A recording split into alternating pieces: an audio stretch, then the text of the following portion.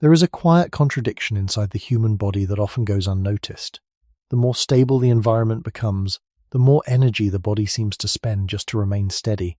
Energy is used to keep warm, to process food, to stay alert, and even to rest without discomfort. Many animals move through the same world while using energy in a way that appears more direct, more aligned with their surroundings.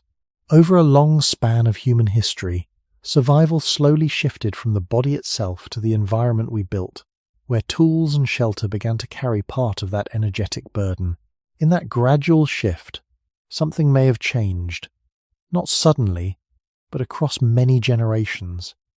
If so much of your energy is now spent on things you no longer notice, then a simple question remains. Why do you use 5x more energy than you should? Even in a moment that feels still, the human body is quietly active in ways that are easy to overlook. Energy moves through it in small, continuous adjustments, maintaining warmth, regulating breathing, balancing fluids, and supporting the steady rhythm of the heart. None of these processes stop when a person sits or lies down.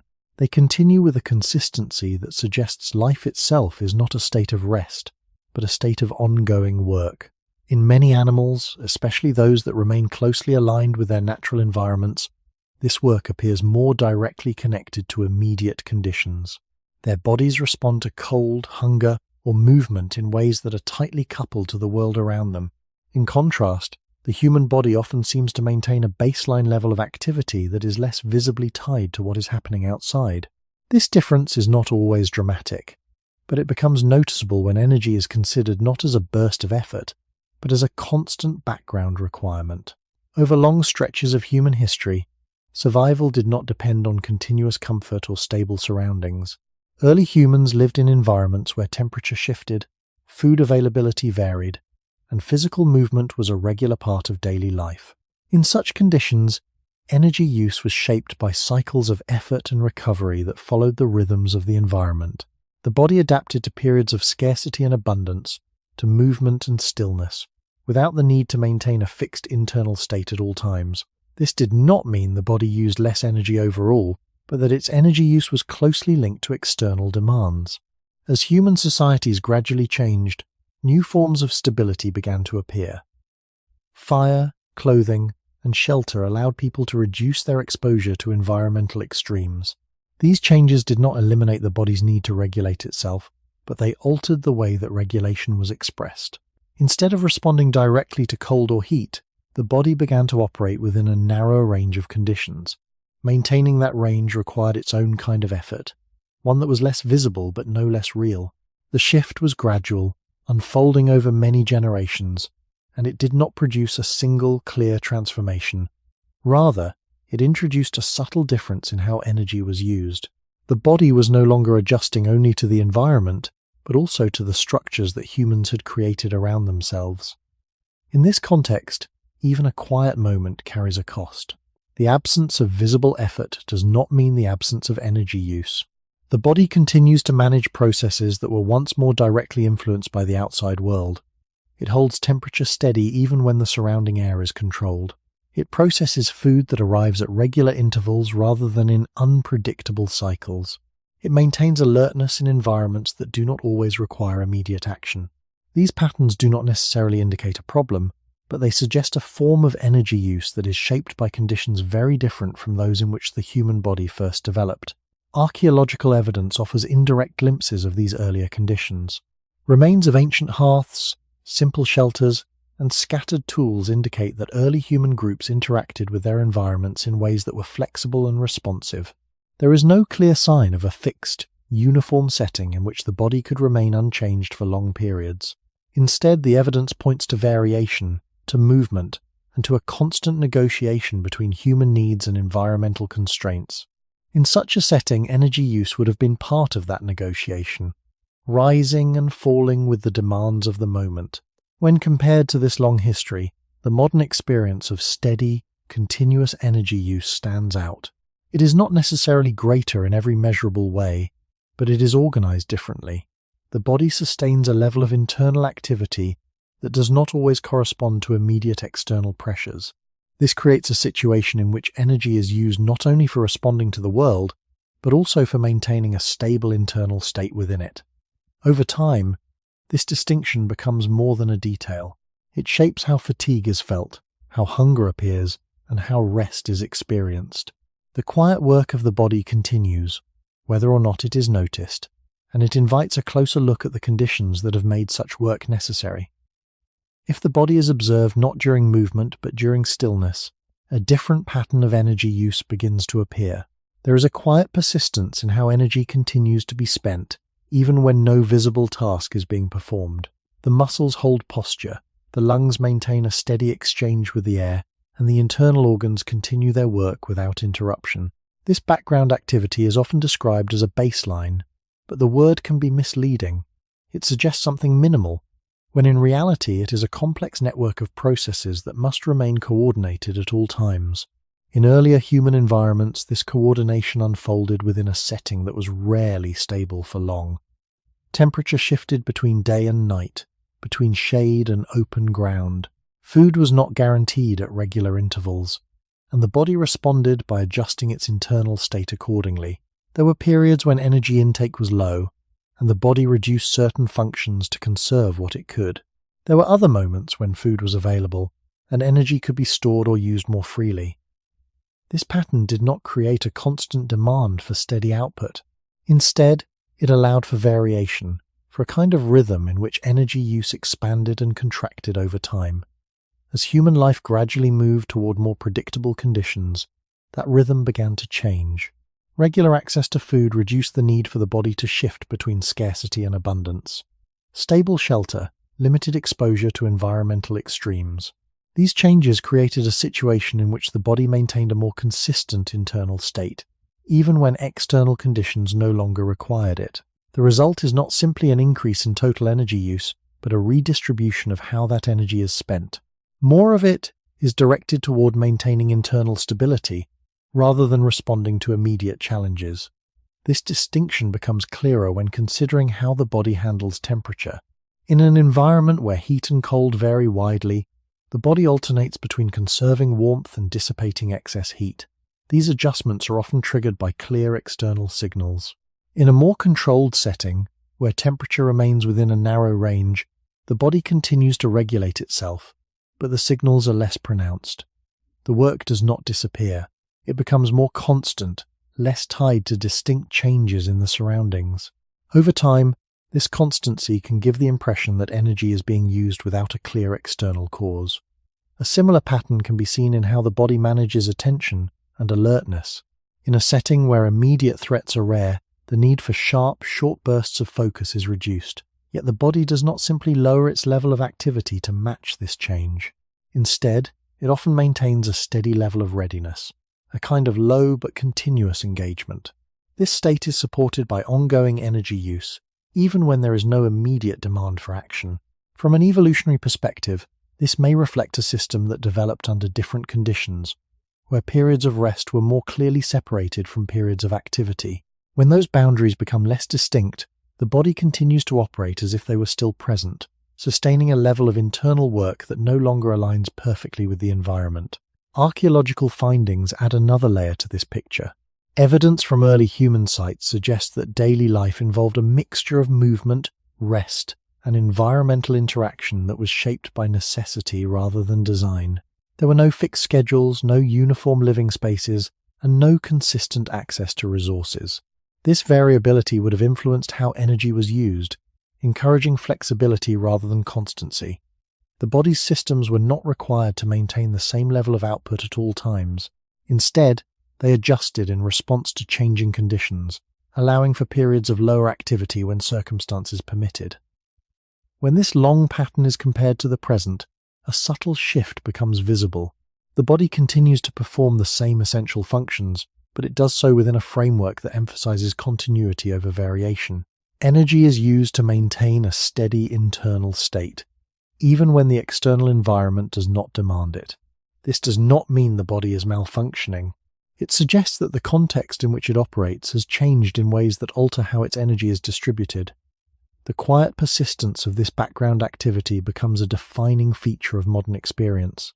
It is present in the feeling of being tired without clear exertion, in the sense that rest does not fully restore what has been spent, and in the gradual awareness that the body is working, even when it appears to be at ease. When the idea of energy is followed to its quietest level, it begins to blur with the idea of time.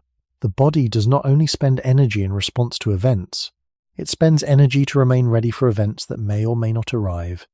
This readiness is not always visible, yet it is maintained across long stretches of the day and even into the night. The heart does not pause between moments of effort. The brain does not fully withdraw when there is nothing urgent to solve. A kind of low, continuous activity remains in place, shaping the background of human experience in ways that are often felt but rarely examined directly. In earlier human settings, this readiness was more tightly linked to the environment. Changes in light signaled shifts between activity and rest. The presence or absence of food created clear boundaries between periods of energy use and conservation. Movement across landscapes introduced natural interruptions, moments when the body could release tension and recover before the next demand appeared. These patterns did not eliminate effort, but they distributed it across time in a way that allowed for variation. Energy was not held at a constant level. It rose and fell in response to conditions that were outside the body, conditions that could not be controlled but could be followed. As human environments became more structured, those external signals grew less distinct. Artificial light extended the day beyond natural limits. Food became available in more regular and predictable ways. Living spaces reduced the need to respond to sudden changes in weather or terrain.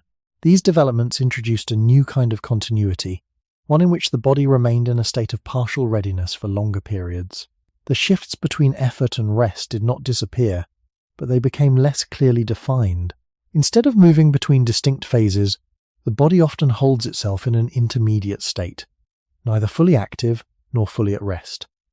This state carries its own energetic cost. It requires the body to maintain systems that were once allowed to cycle more freely. Attention is sustained even when it is not urgently needed. Muscles retain a degree of tension to support posture in environments that encourage stillness. Internal regulation continues at a steady pace, even when external conditions remain unchanged. Over time, this pattern can create the impression that energy is being used without a clear purpose. Yet from the perspective of the body, the purpose remains the same. It is maintaining a readiness that was shaped under different conditions, where the timing of events was less predictable and the consequences of being unprepared could be significant. Archaeological traces of early human life suggest that this readiness was once balanced by periods of genuine disengagement. Evidence of temporary camps, seasonal movement, and varied tool use points to a way of living in which activity was followed by intervals that allowed the body to shift into lower states of demand. These intervals were not always comfortable, but they provided contrast. They created a rhythm in which energy use was not continuous, but punctuated by moments of relative quiet at the level of the body's internal systems. In the present, that contrast is often reduced. The body remains engaged with its surroundings in subtle ways, even when those surroundings are stable and predictable. The absence of clear signals to fully rest or fully act leaves the body in a prolonged state of moderate activity. This does not necessarily produce immediate strain, but it alters how energy is experienced over time. Fatigue becomes less tied to specific events and more associated with the passage of time itself. Rest becomes less clearly defined, as the body continues to perform background work even in moments that are meant to restore it. When this pattern is placed against the long history of human development, it suggests a gradual shift rather than a sudden change. The body has not lost its ability to regulate energy. It continues to perform its functions with remarkable consistency. What has changed is the context in which those functions operate. The environment no longer provides the same range of signals that once guided the rise and fall of internal activity. In their absence, the body maintains a level of readiness that extends across much of daily life, quietly using energy in ways that are easy to overlook but difficult to fully escape. Long before built environments softened the edges of daily life, human energy use unfolded within landscapes that offered little consistency. The ground itself could shift from firm to uneven within a short distance, requiring constant adjustments in posture and movement. Air temperature changed not only across seasons, but within the span of a single day, shaped by shade, wind, and elevation. In such conditions, the body did not attempt to hold a single, stable internal state for long periods. Instead, it followed the variations of the environment, allowing its internal processes to rise and fall in response to what was immediately present. Energy was not only something spent, it was something negotiated between the body and the world it moved through. This negotiation can be imagined not as a conscious decision, but as a continuous alignment. When the air cooled, the body generated warmth, but only to the degree required by the moment. When food was scarce, internal activity adjusted, conserving resources where possible. When movement was necessary, energy was directed outward into muscles and coordination, then gradually withdrawn as the demand passed. The absence of constant stability did not create disorder. It created a pattern in which energy use was closely tied to changing conditions, allowing the body to avoid sustaining high levels of internal work when they were not needed. Archaeological traces, though indirect, support this view of variability. Sites associated with early human groups often show signs of temporary occupation rather than permanent settlement. Hearths appear and disappear across layers of time, suggesting that fire was used when needed but not maintained continuously in the same location. Tools are found in patterns that indicate movement, with materials carried from one place to another, then left behind as conditions changed.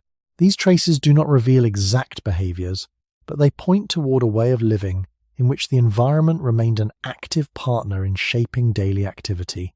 Energy use would have reflected this partnership, expanding in response to immediate tasks and contracting when those tasks were complete.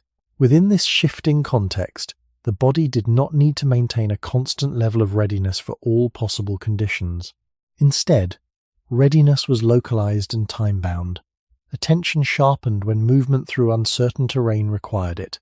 It softened when the immediate surroundings became more predictable. Muscles engaged fully during moments of effort, then released tension as the need passed. Even internal processes such as digestion were influenced by the irregular availability of food, creating cycles rather than steady flows. This pattern did not eliminate the cost of staying alive, but it distributed that cost unevenly across time, allowing for intervals in which the body's demands were naturally reduced. When compared to this long period of human history, the modern expectation of stability appears as a relatively recent layer. Enclosed spaces maintain consistent temperatures, reducing the need for the body to respond to environmental extremes. Food is often consumed at regular intervals, creating a predictable pattern of intake that differs from earlier variability. Movement can be minimized without immediate consequence, as many tasks no longer require physical effort in the same way. These changes alter the relationship between the body and its surroundings. The environment no longer introduces as many variations that would prompt the body to shift its level of activity. Instead, the body often maintains a steady internal state, compensating for the absence of external change by sustaining its own processes at a more constant level. This does not mean that earlier human life was easier or that it required less total energy. It suggests that the structure of energy use was different. In environments that changed frequently, the body was allowed to fluctuate with those changes, reducing internal demands when conditions permitted. In more stable environments, the body maintains its own form of consistency, using energy to hold itself within a narrow range regardless of external variation. Over long periods, this difference in structure becomes meaningful.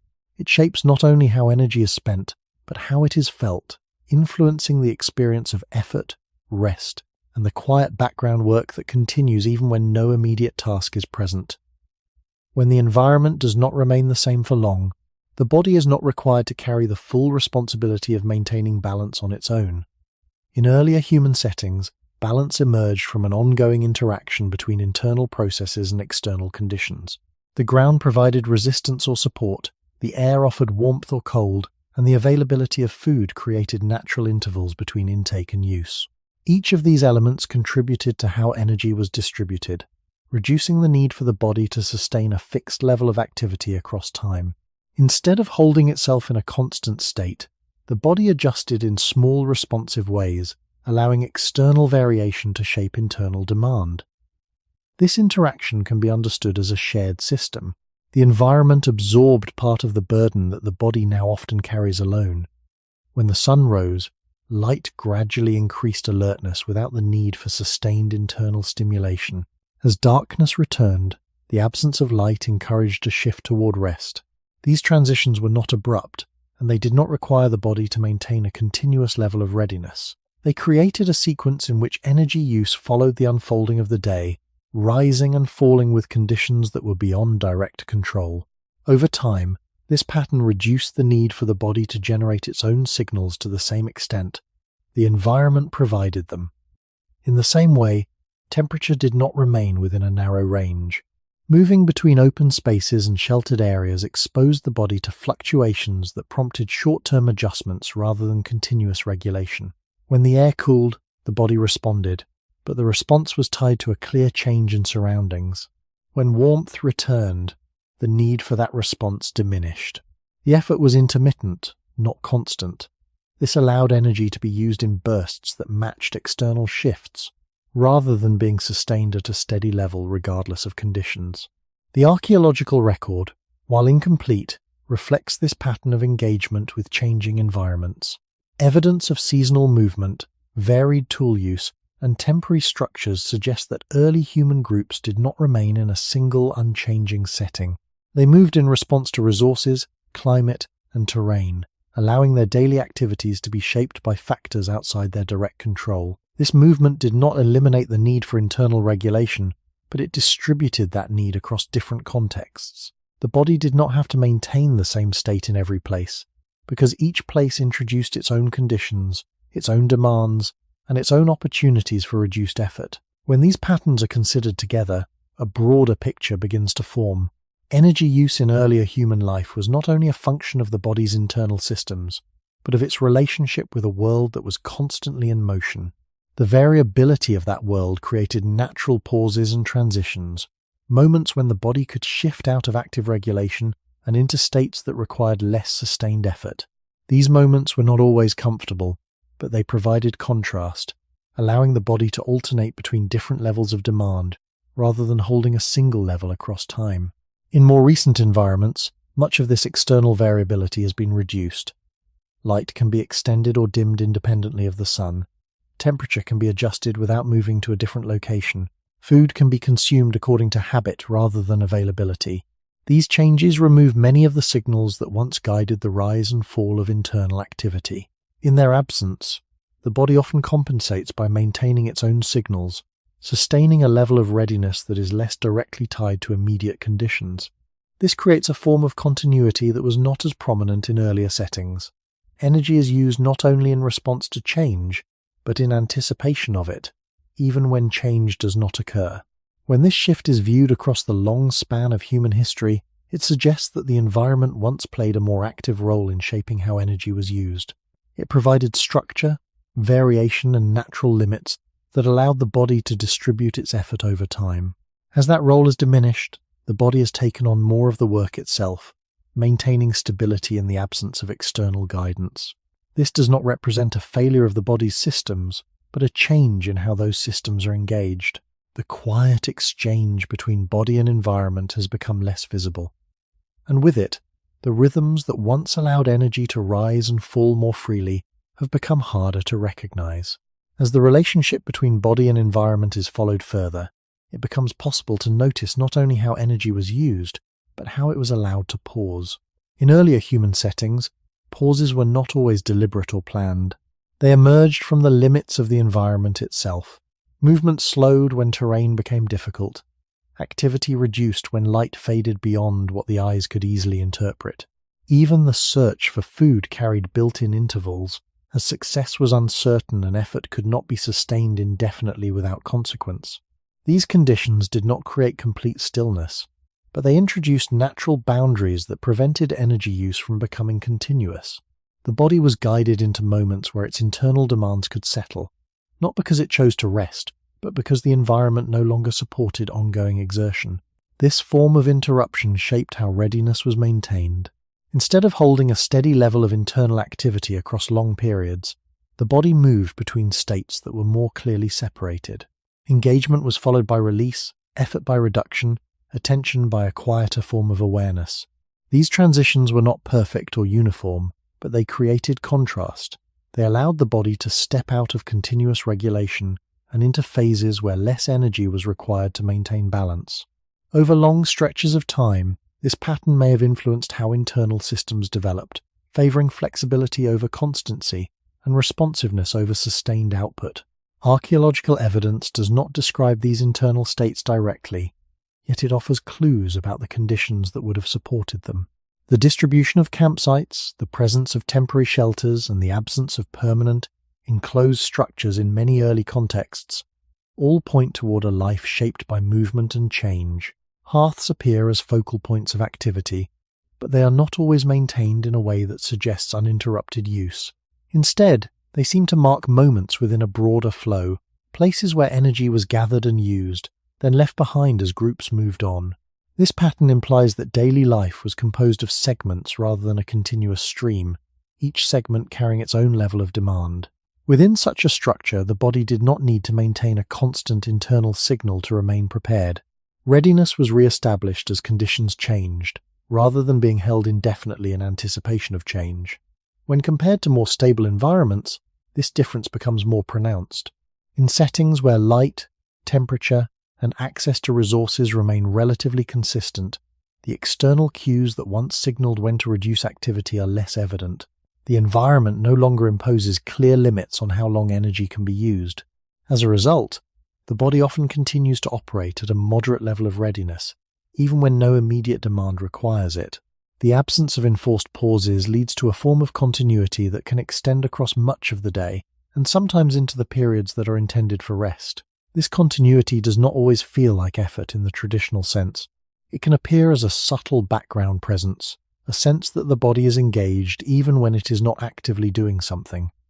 Over time, this pattern influences how energy is experienced. Fatigue becomes less associated with distinct tasks and more with duration, with the length of time that the body has remained in a state of ongoing activity. Rest, in turn, becomes less defined by a clear shift in internal state and more by the absence of external demands, even though internal processes continue. When this perspective is extended across generations, it suggests that the human body has not simply increased its energy use, but has altered the way that use is structured. The environment no longer creates the same natural interruptions that once allowed energy to settle. In their place, the body maintains its own continuity, holding a level of readiness that reflects earlier conditions while operating within a more stable world. This shift does not produce a single, easily measured outcome. It appears instead as a gradual change in how effort is distributed, how pauses are experienced, and how the quiet work of staying alive is carried through time. At a certain point in human history, the environment began to change not only through natural forces, but through deliberate human intervention. Shelter became more than a temporary response to weather. It started to take on a stable form, offering protection that could be returned to again and again. This shift did not happen all at once, and it did not look the same in every place. But over time, structures became more consistent, more enclosed, and more capable of shaping the conditions inside them. With this change, a quiet transfer began to take place. Some of the work that had once been handled by the body in direct response to the environment was gradually taken on by the spaces humans created. Warmth could be preserved within walls, wind could be reduced or redirected, the ground could be altered to provide a more predictable surface. Each of these adjustments reduced the need for immediate, reactive changes within the body, but they also introduced a new pattern of energy use, one that depended on maintaining a stable interior rather than adapting to a shifting exterior. In earlier settings, the body responded to variation with variation.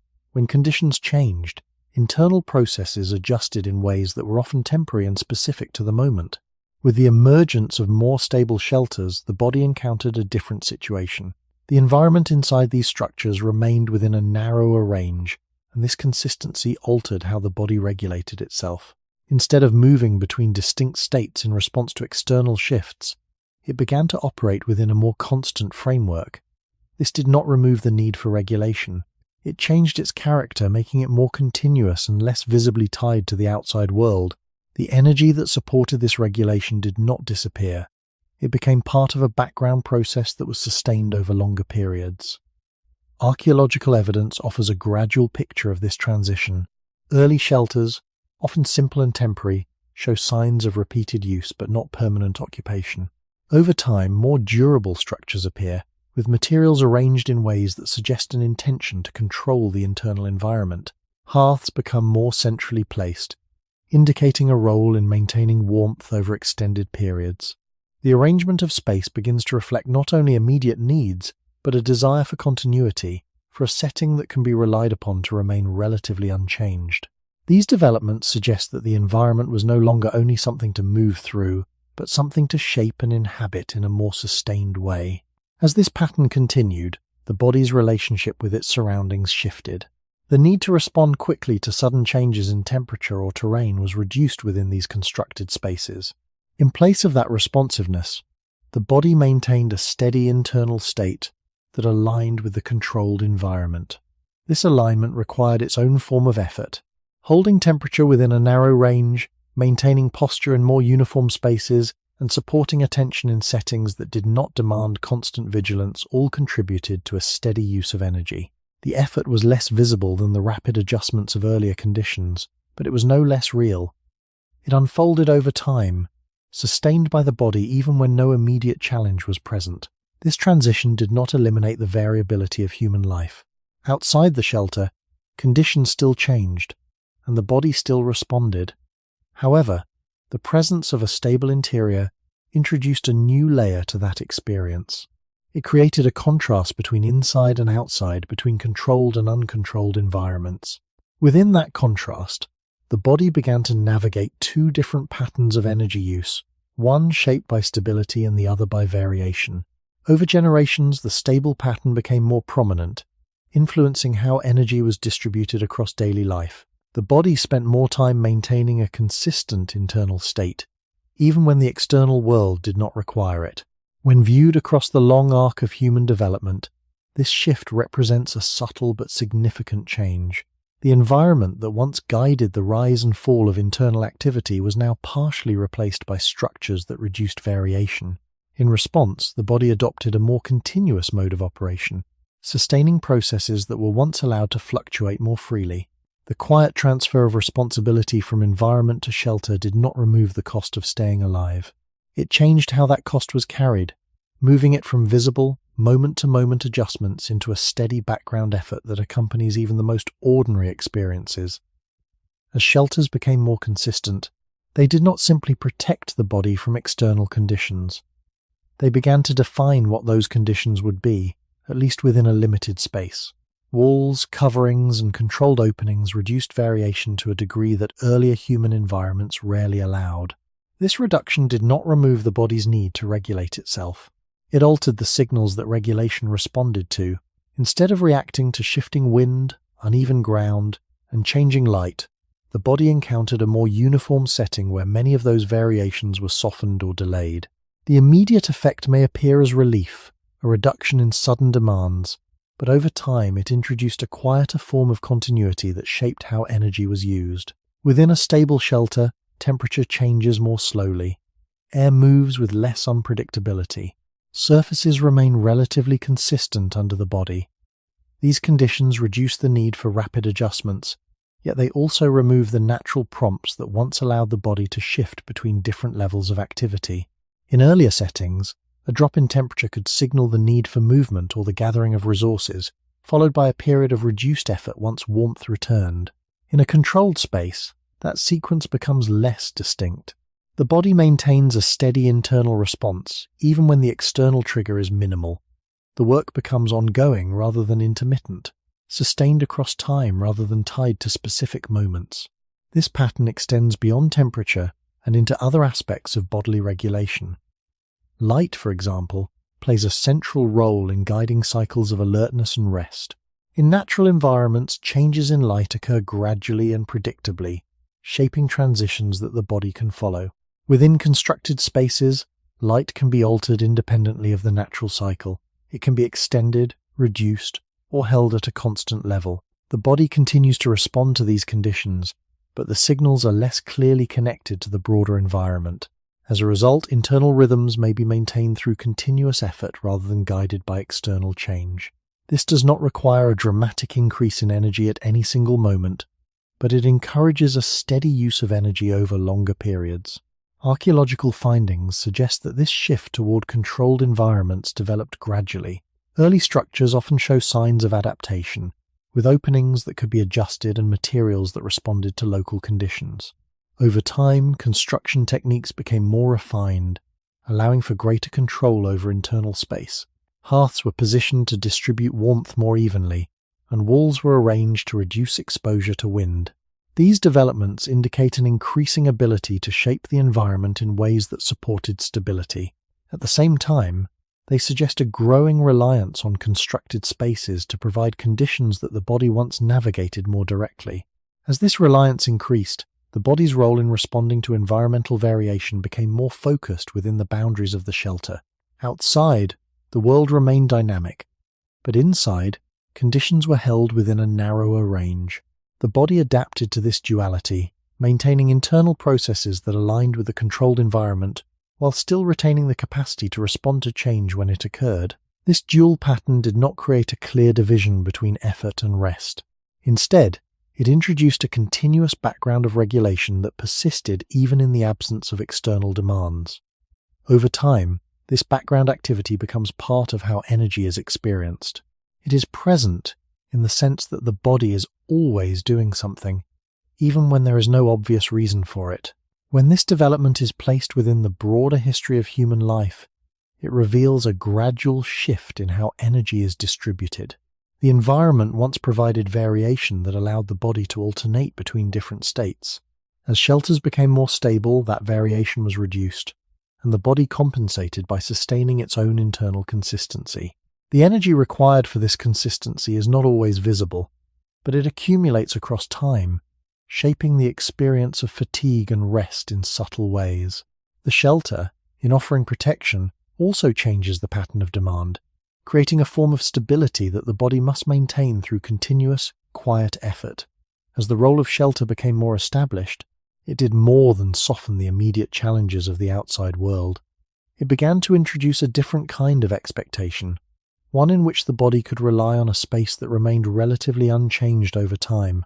This expectation did not remove uncertainty entirely, but it shifted where that uncertainty was felt. Instead of being distributed across the landscape, it became concentrated in the effort required to maintain the conditions inside the shelter. Fire needed to be sustained, materials needed to be repaired, and the arrangement of space required ongoing attention. These activities were not always demanding in a visible way, yet they contributed to a continuous pattern of energy use that extended beyond direct interaction with the environment. The body, in adapting to this pattern, did not return to a state of lower activity once immediate needs were met. It remained engaged in a form of readiness that matched the stability of the space it occupied. This readiness can be understood as a quiet alignment between internal processes and a controlled setting. Within a shelter, changes are often gradual rather than sudden. The body adjusts to this gradualness by maintaining its own consistency, holding temperature, posture, and attention within a narrower range. In earlier conditions, these elements were allowed to fluctuate more freely, responding to clear external signals. With the introduction of stable structures, the signals became less distinct, and the body compensated by sustaining its own internal balance. The energy required for this balance does not appear in bursts. It accumulates across time, forming a steady background of activity that is easy to overlook but difficult to reduce. Archaeological evidence reflects this transition through the increasing permanence of human habitation. Sites that show repeated occupation begin to display layers of modification, indicating that spaces were not only used but maintained. Hearths were rebuilt, walls were reinforced, and living areas were organized in ways that suggest ongoing care. These traces do not describe internal bodily states, yet they point toward a lifestyle in which effort was distributed across maintenance rather than concentrated in short periods of response. The environment inside the shelter became something that required continuous support, and the body adapted to this continuity by sustaining a level of internal activity that matched it. Over generations, this pattern may have influenced how energy is experienced.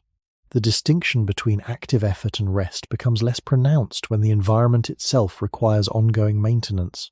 Even when the body is not engaged in visible tasks, it remains within a system that depends on continuity. The absence of sharp transitions between different states of activity reduces the opportunities for the body to fully shift into lower levels of demand. Instead, it operates within a range that is consistently moderate, neither fully active nor fully at rest.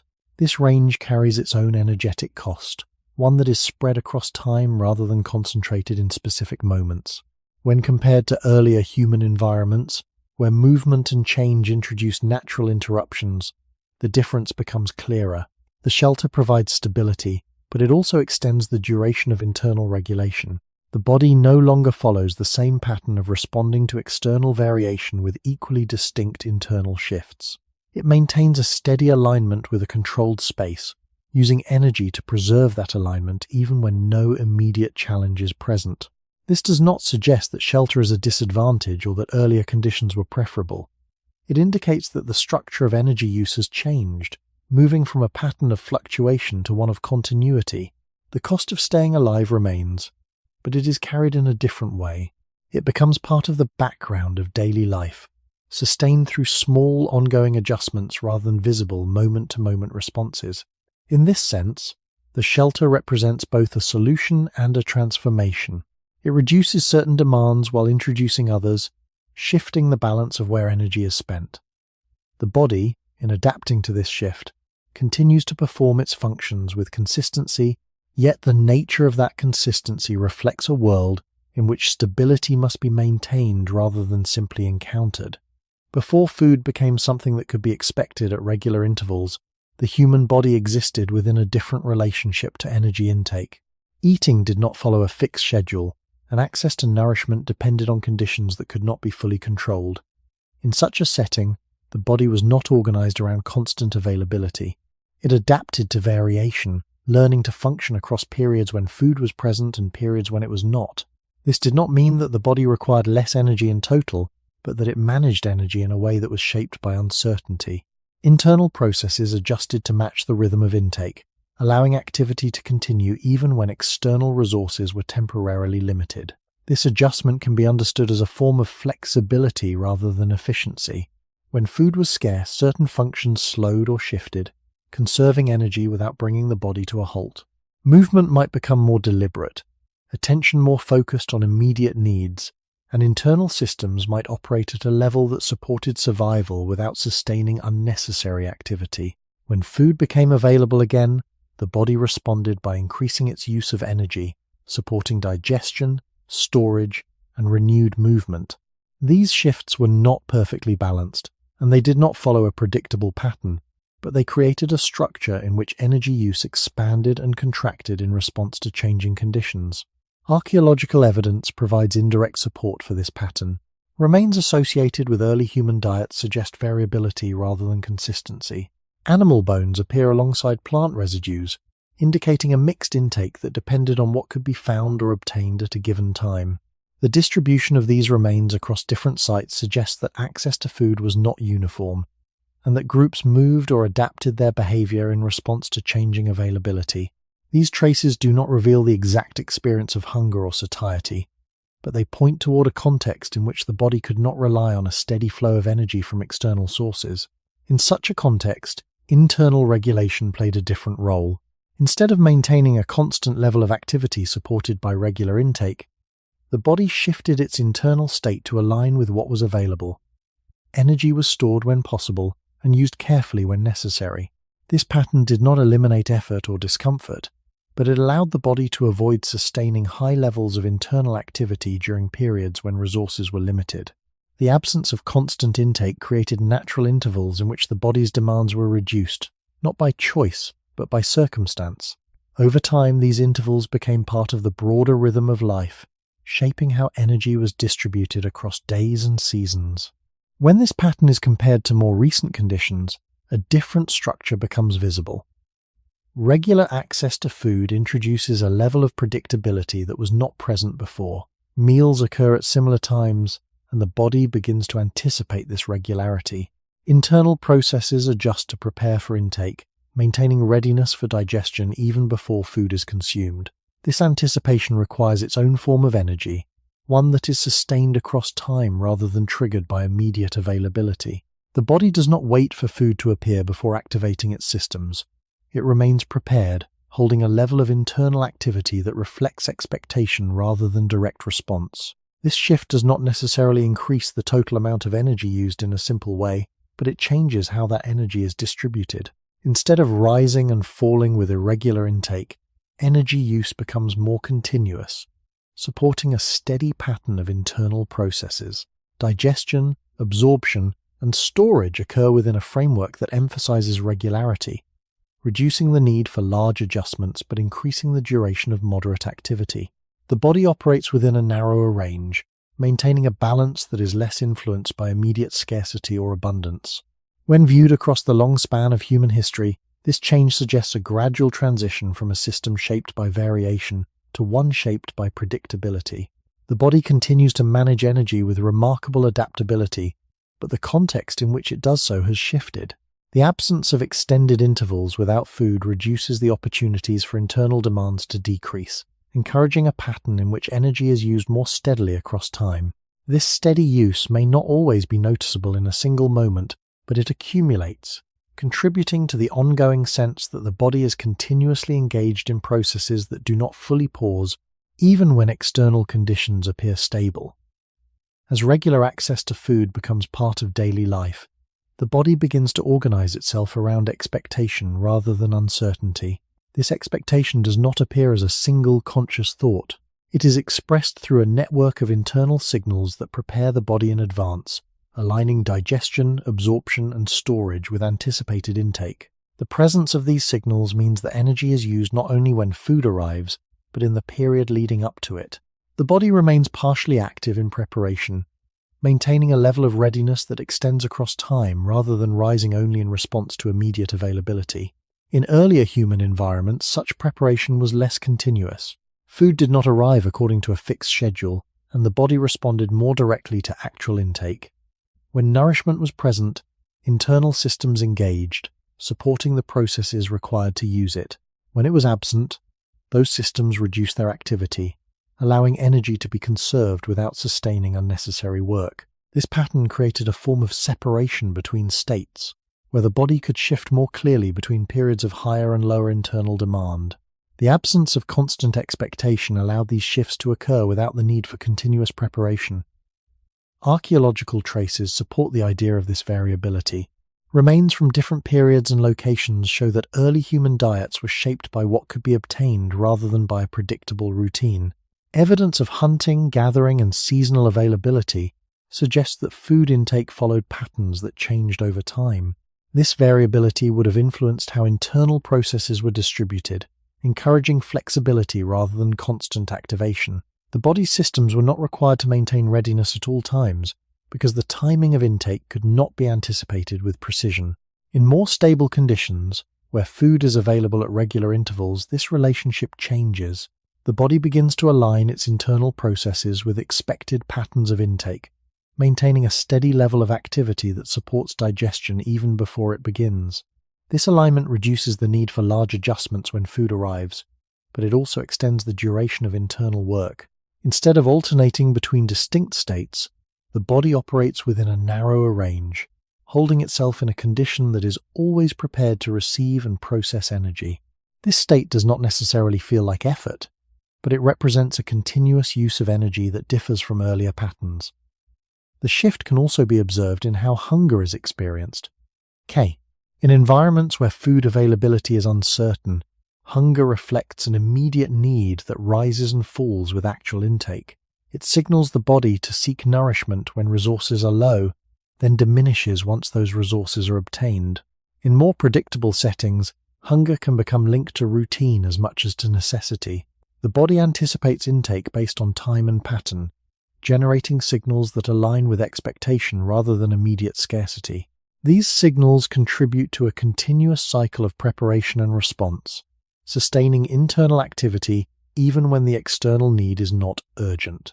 Over time, this pattern influences how energy is distributed across the day. The body remains engaged in processes related to intake and processing, even when there is no immediate task to perform. Digestion overlaps with anticipation, and storage overlaps with readiness, creating a sequence that is less clearly divided into separate phases.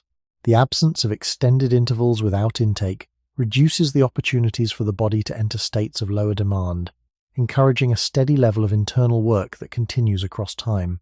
When this development is viewed within the broader history of human life, it suggests a gradual reorganization rather than a sudden change. The body retains its capacity to adjust to scarcity and abundance, but it operates within a context that emphasizes regularity. The energy required to maintain this regularity does not appear as a single measurable increase. It appears as a continuous background of activity, shaped by expectation and sustained across daily cycles.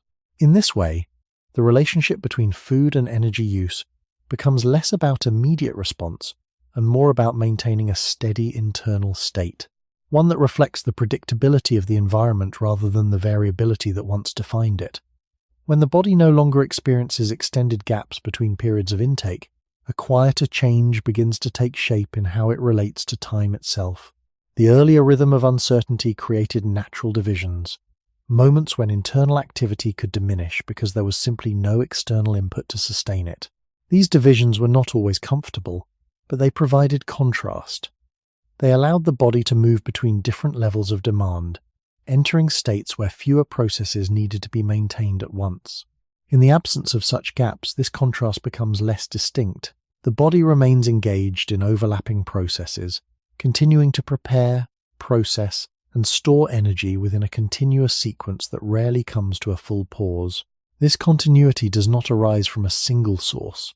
It emerges from the interaction of regular intake, stable environments, and learned patterns of behavior. Food arrives in expected intervals, and the body responds by maintaining readiness across those intervals. Digestion follows closely after intake, and preparation for the next intake begins before the previous process has fully settled. Storage mechanisms remain active, balancing incoming and outgoing energy in a way that reduces large fluctuations but increases the duration of moderate activity. Each of these processes is necessary, yet together they create a system in which internal work is sustained rather than segmented. Archaeological perspectives, though indirect, highlight how different this pattern is from earlier conditions.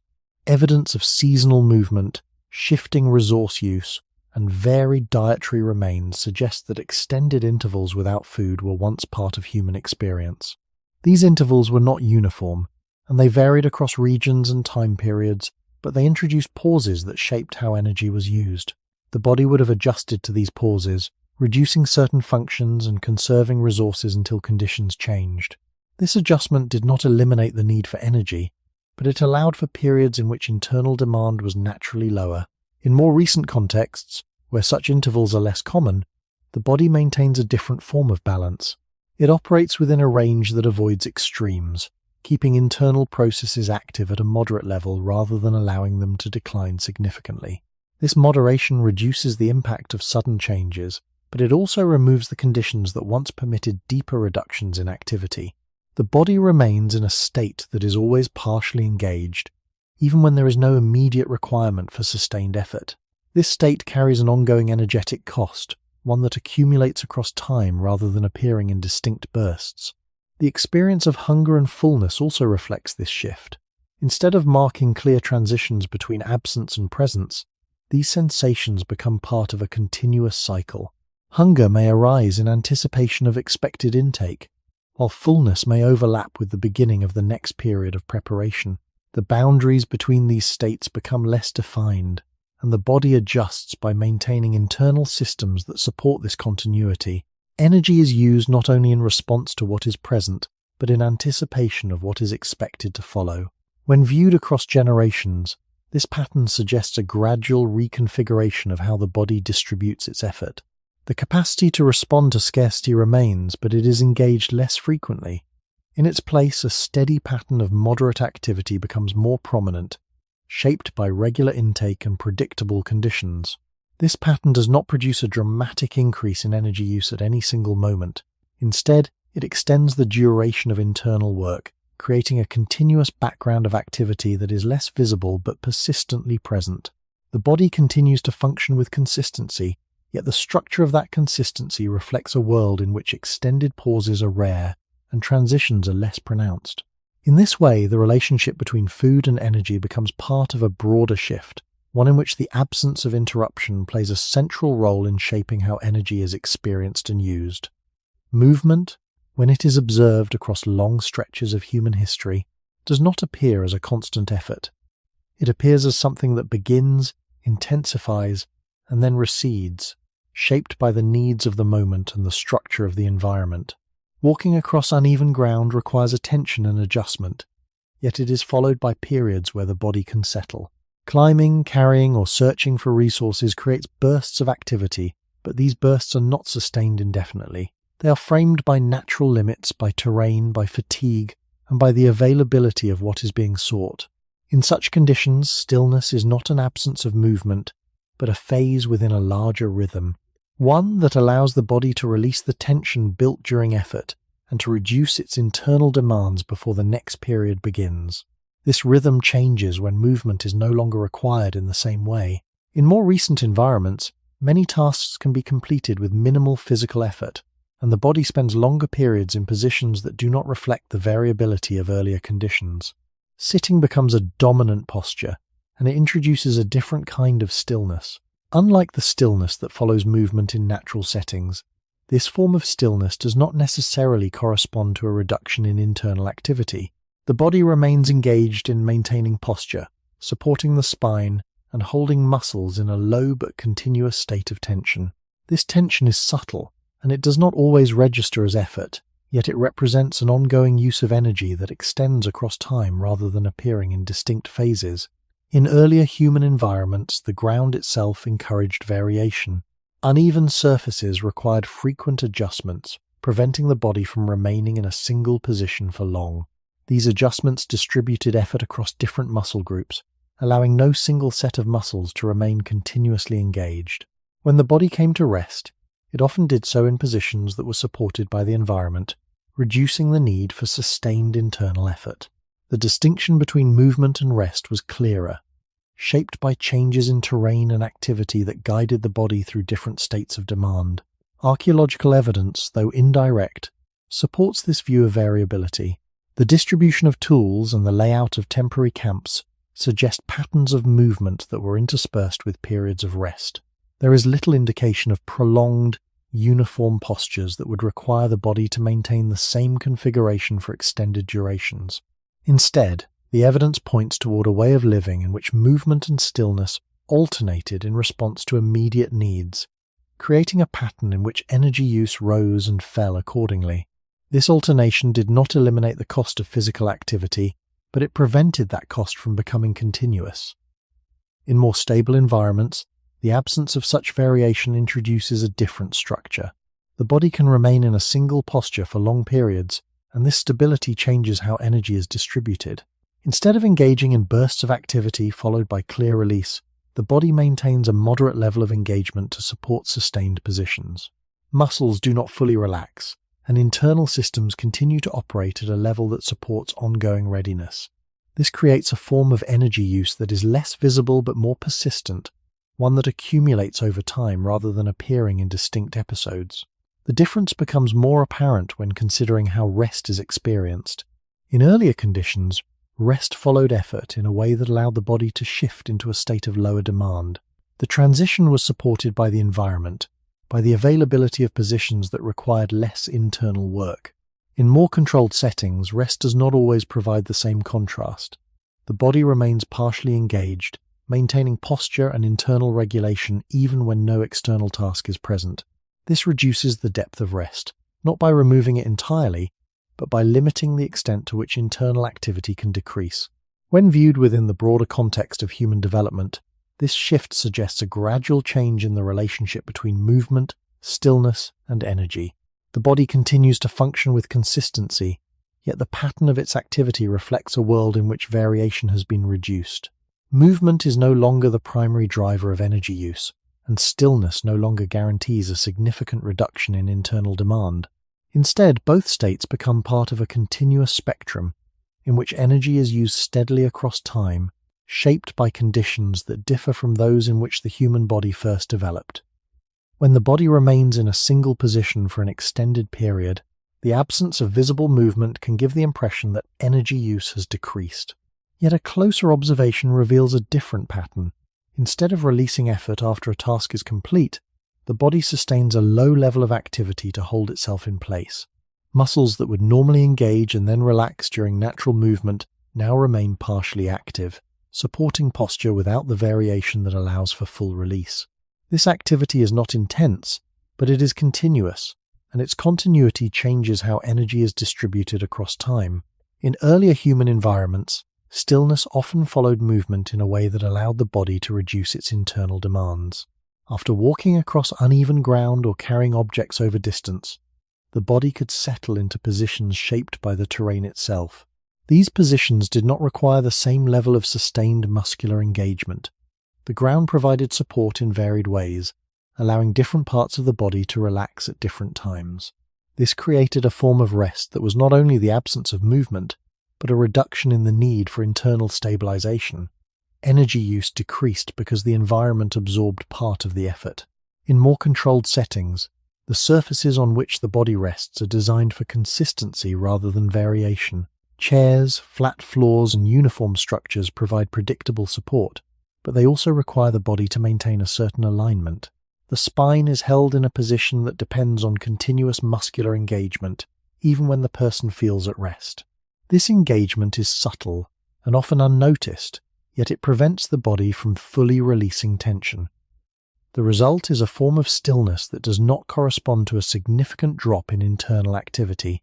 Energy continues to be used, not for movement, but for maintaining the conditions that allow stillness to be sustained. Archaeological evidence does not directly record posture, but it offers insight into the environments that shaped it. Early human sites lack the uniform surfaces that define many modern settings. The ground was uneven, composed of materials that shifted under weight and changed with weather. Temporary structures did not impose fixed positions for long durations. These conditions would have encouraged frequent adjustments, preventing the body from remaining in a single configuration for extended periods. Each adjustment redistributed effort, allowing muscles to alternate between engagement and release. This pattern reduced the likelihood of continuous tension in any one area, supporting a form of energy use that was intermittent rather than sustained. In contrast, the stability of modern environments reduces the need for such adjustments. The body can remain in one position for long intervals, and this ability changes the structure of internal work. Instead of alternating between different states, the body holds a steady level of engagement. This steady engagement is not immediately noticeable, but over time it contributes to a sense of ongoing effort that is not tied to visible activity. The distinction between movement and rest becomes less clear, as both involve a continuous background of energy use. This shift also influences how transitions are experienced. In earlier conditions, the move from activity to rest involved a clear change in internal demand. Muscles that had been engaged could relax, and the body could enter a state that required less energy to maintain. In more stable settings, this transition is less pronounced. The body remains partially engaged even during rest, and the reduction in energy use is more gradual. The absence of sharp transitions means that energy is not released as fully, and the body continues to operate within a moderate range of activity. When considered across the long span of human development, this pattern suggests a gradual reorganization of how energy is used during stillness. The body retains its ability to move and to rest, but the environments in which these states occur have changed. The reduction in environmental variation has led to a form of stillness that requires continuous support, and this support carries its own energetic cost. The quiet persistence of this cost becomes part of daily experience, shaping how effort is felt even in moments that appear inactive, and contributing to a broader pattern in which energy is used steadily rather than in clearly defined phases. As stillness extends over longer periods, the body begins to lose not its ability to move, but its opportunity to alternate between different forms of engagement. Movement in earlier human settings was rarely uniform. It involved shifts in speed, direction, and posture that naturally redistributed effort across the body. These variations were not planned, yet they created a pattern in which no single system remained continuously active. When movement slowed or stopped, the body entered positions that were supported by the environment, allowing tension to release in ways that were shaped by the ground, by gravity, and by the arrangement of space. This pattern did not eliminate effort, but it prevented effort from becoming constant. In more stable environments, where surfaces are uniform and positions can be maintained with little external variation, the body remains in configurations that are easier to sustain but harder to leave behind. A seated posture, once established, can continue for extended periods without requiring adjustment. The absence of variation reduces the need for large movements, yet it also reduces the opportunities for small releases. Muscles that would normally alternate between activity and rest remain engaged at a low level, supporting a position that does not change. This engagement is subtle, and it often goes unnoticed, but it creates a continuous background of effort that extends across time. The body does not enter a state of complete rest.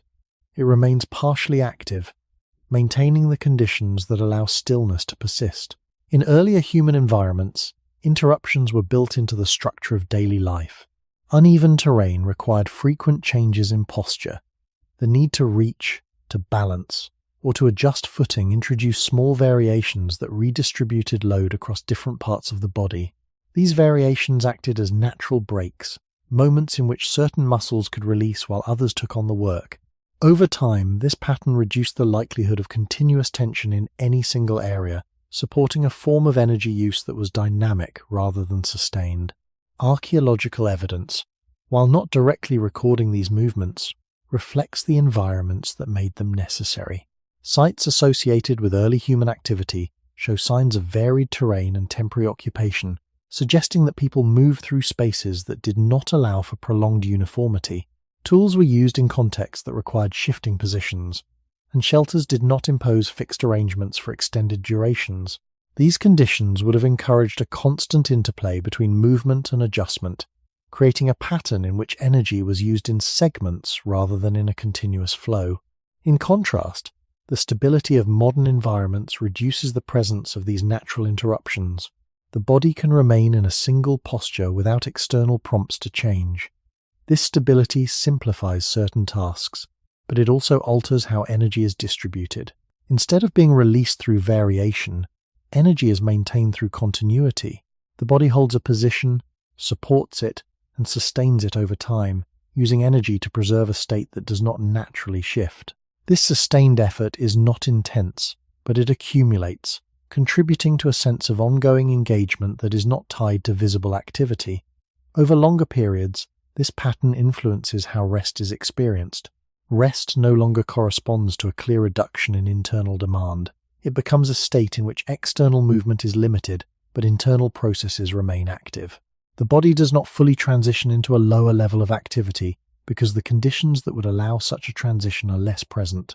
Instead, it remains within a moderate range, sustaining a level of engagement that reflects the stability of its surroundings. When viewed across the broader arc of human development, this shift suggests that the structure of energy use has become more continuous.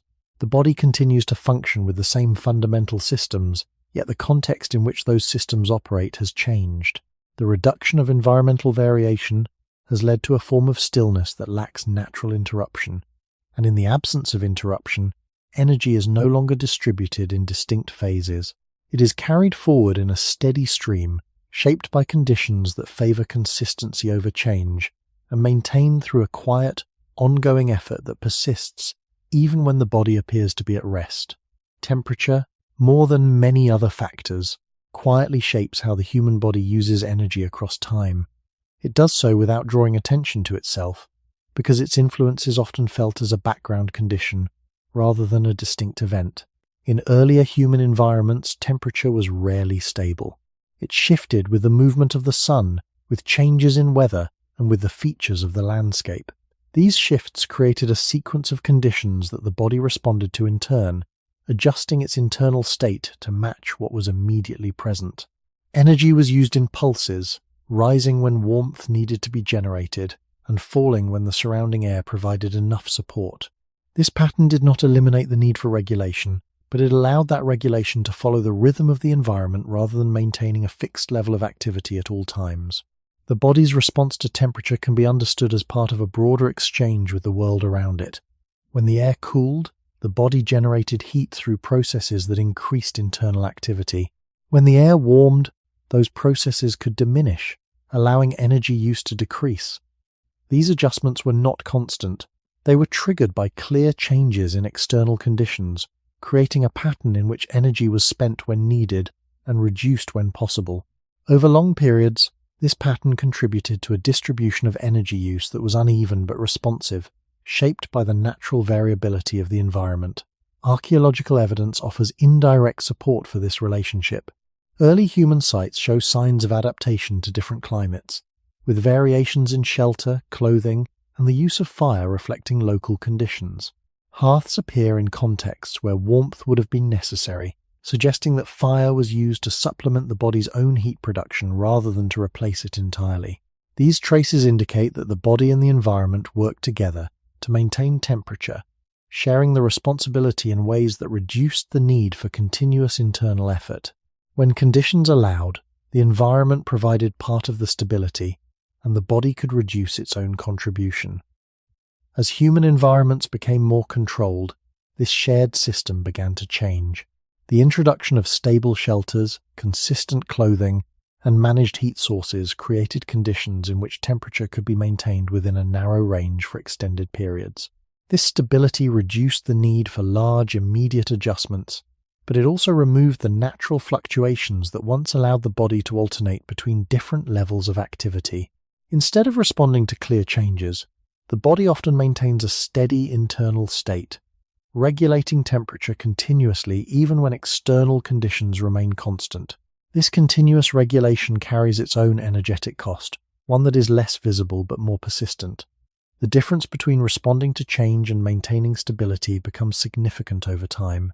In a variable environment, energy use rises and falls with temperature, creating intervals in which internal activity can decrease. In a stable environment, these intervals are less pronounced. The body does not receive the same signals to reduce its activity, and as a result, it sustains a level of internal work that extends across longer periods.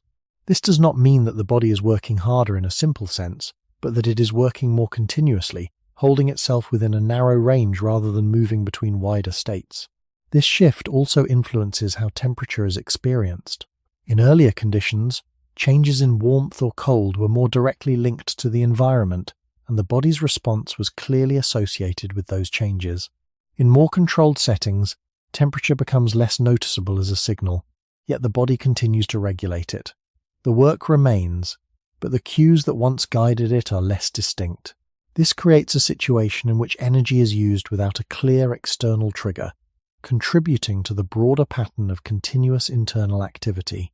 When viewed across the long span of human development, this transformation reflects a gradual change in how the body interacts with its surroundings. Temperature, once a variable that shaped the rise and fall of energy use, becomes a condition that is held steady through ongoing regulation.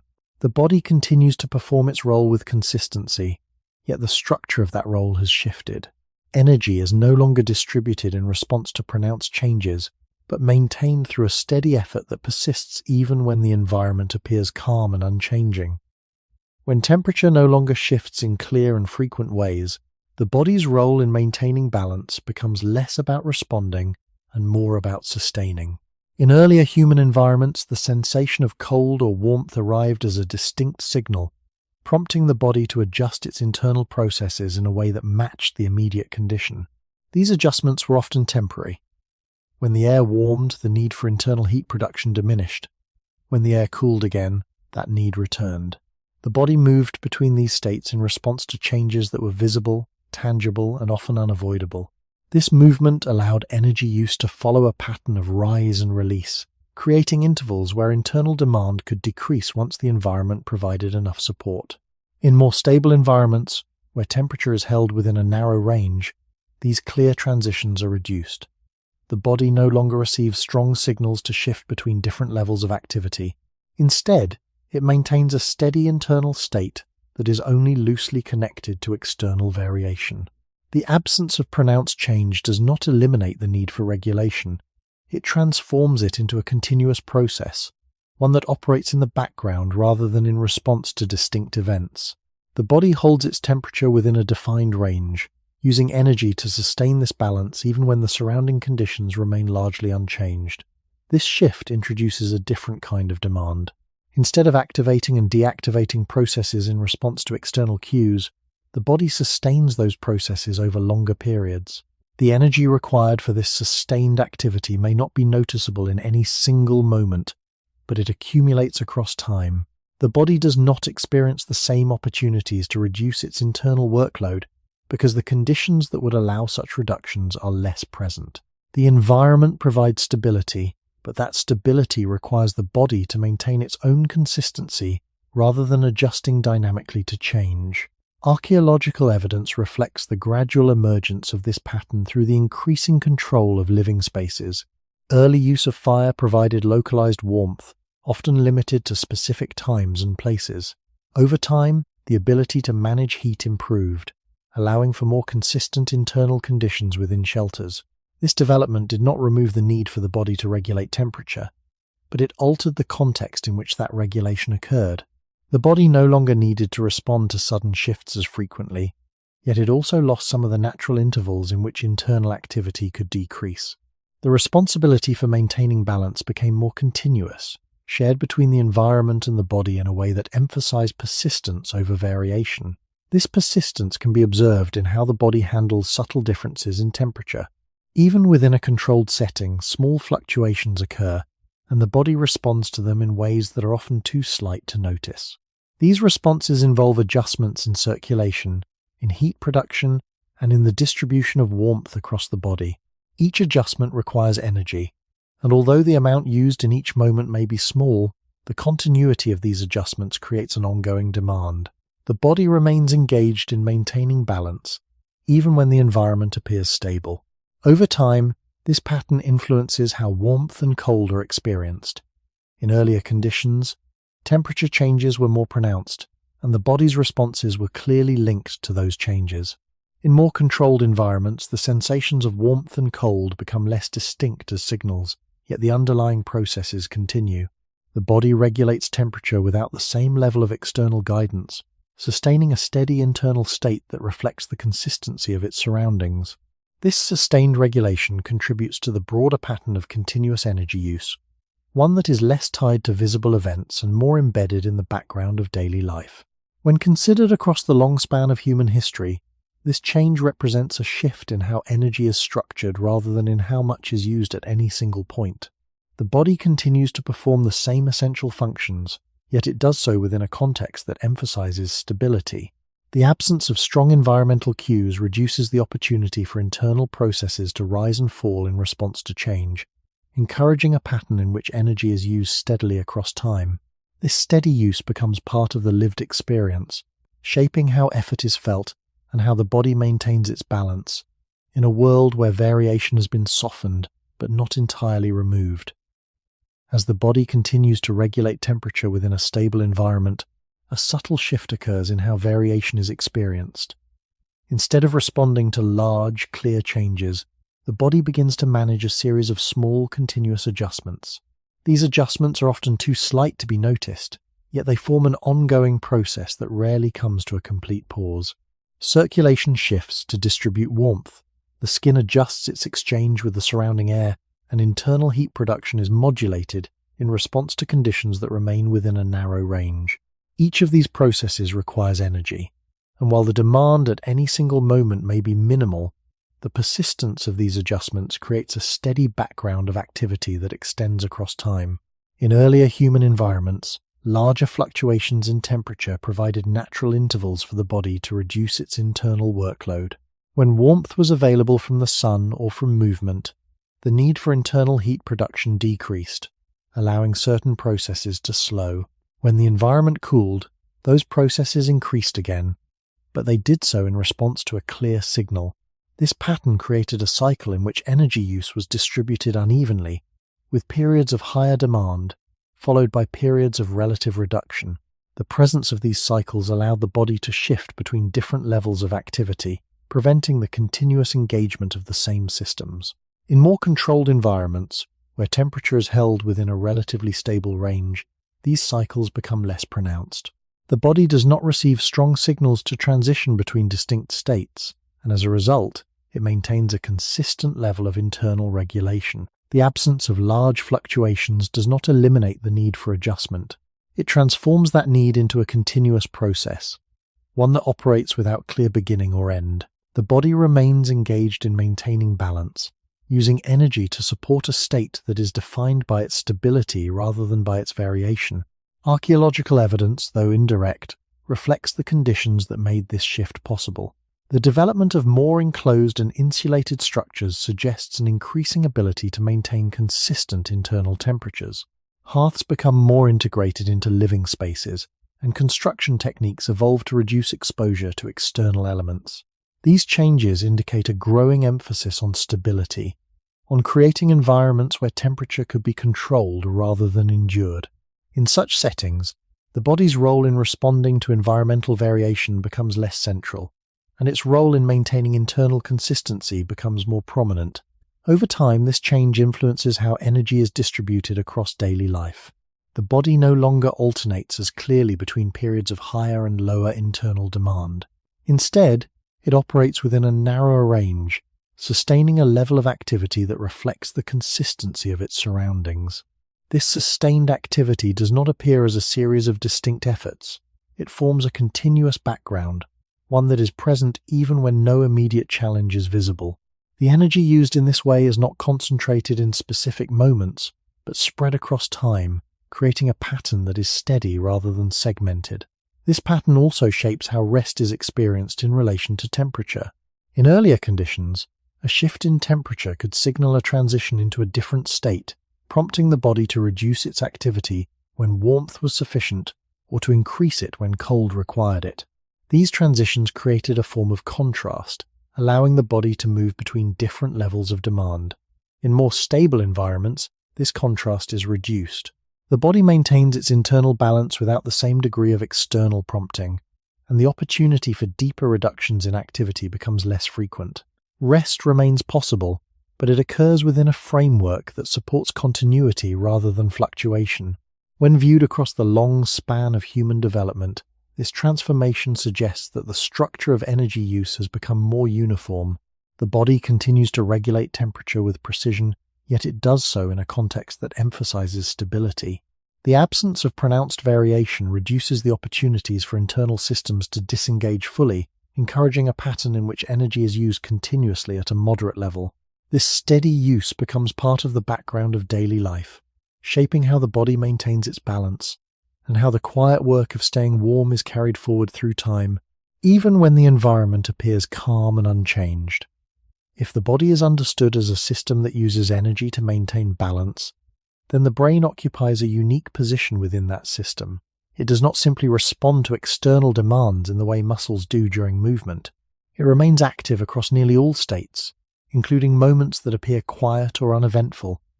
This activity is not limited to solving immediate problems or guiding visible actions. It includes the continuous coordination of internal processes, the maintenance of awareness, and the subtle monitoring of both the body and the environment. Even when there is no clear task, the brain sustains a level of engagement that contributes to the overall pattern of energy use. In earlier human environments, this engagement was closely linked to conditions that required attention. Movement through unfamiliar terrain, the search for food, and the need to respond to changes in the surroundings created moments of focused awareness. These moments were often followed by intervals in which the demands on attention decreased. The environment itself provided signals that guided these transitions. When conditions became more predictable, attention could soften, allowing the brain to reduce its level of active engagement. This pattern did not eliminate ongoing activity within the brain, but it allowed for variation, creating a rhythm in which energy use rose and fell in response to external demands. Archaeological evidence, while not directly revealing internal cognitive states, offers insight into the context that shaped them. The distribution of tools, the organization of temporary camps, and the patterns of movement across landscapes suggest a way of life in which attention was directed toward immediate, practical concerns. Tasks were often tied to specific moments, such as preparing food, maintaining fire, or navigating terrain. These tasks required focus, but they did not necessarily sustain that focus continuously across long periods. The variability of daily life introduced natural breaks, moments when the brain could shift away from intense engagement and into states that required less concentrated effort. In more recent environments, the structure of attention begins to change. Many activities no longer depend on immediate environmental cues. Instead, they involve sustained engagement with tasks that are less directly connected to physical surroundings. The brain remains active not only in response to present conditions, but in anticipation of future events, in the organization of information, and in the maintenance of ongoing cognitive processes.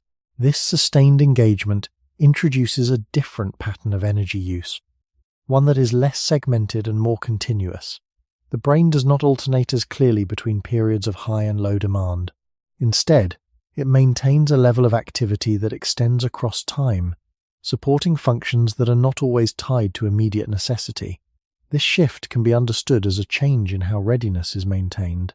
In earlier conditions, readiness was often triggered by specific cues, allowing the brain to adjust its level of activity according to the situation. In more stable and predictable settings, readiness becomes a more constant state. The brain remains partially engaged even when no immediate action is required, sustaining processes that support memory, planning, and interpretation. These processes are essential, yet they contribute to a continuous use of energy that differs from the more variable patterns of earlier human life.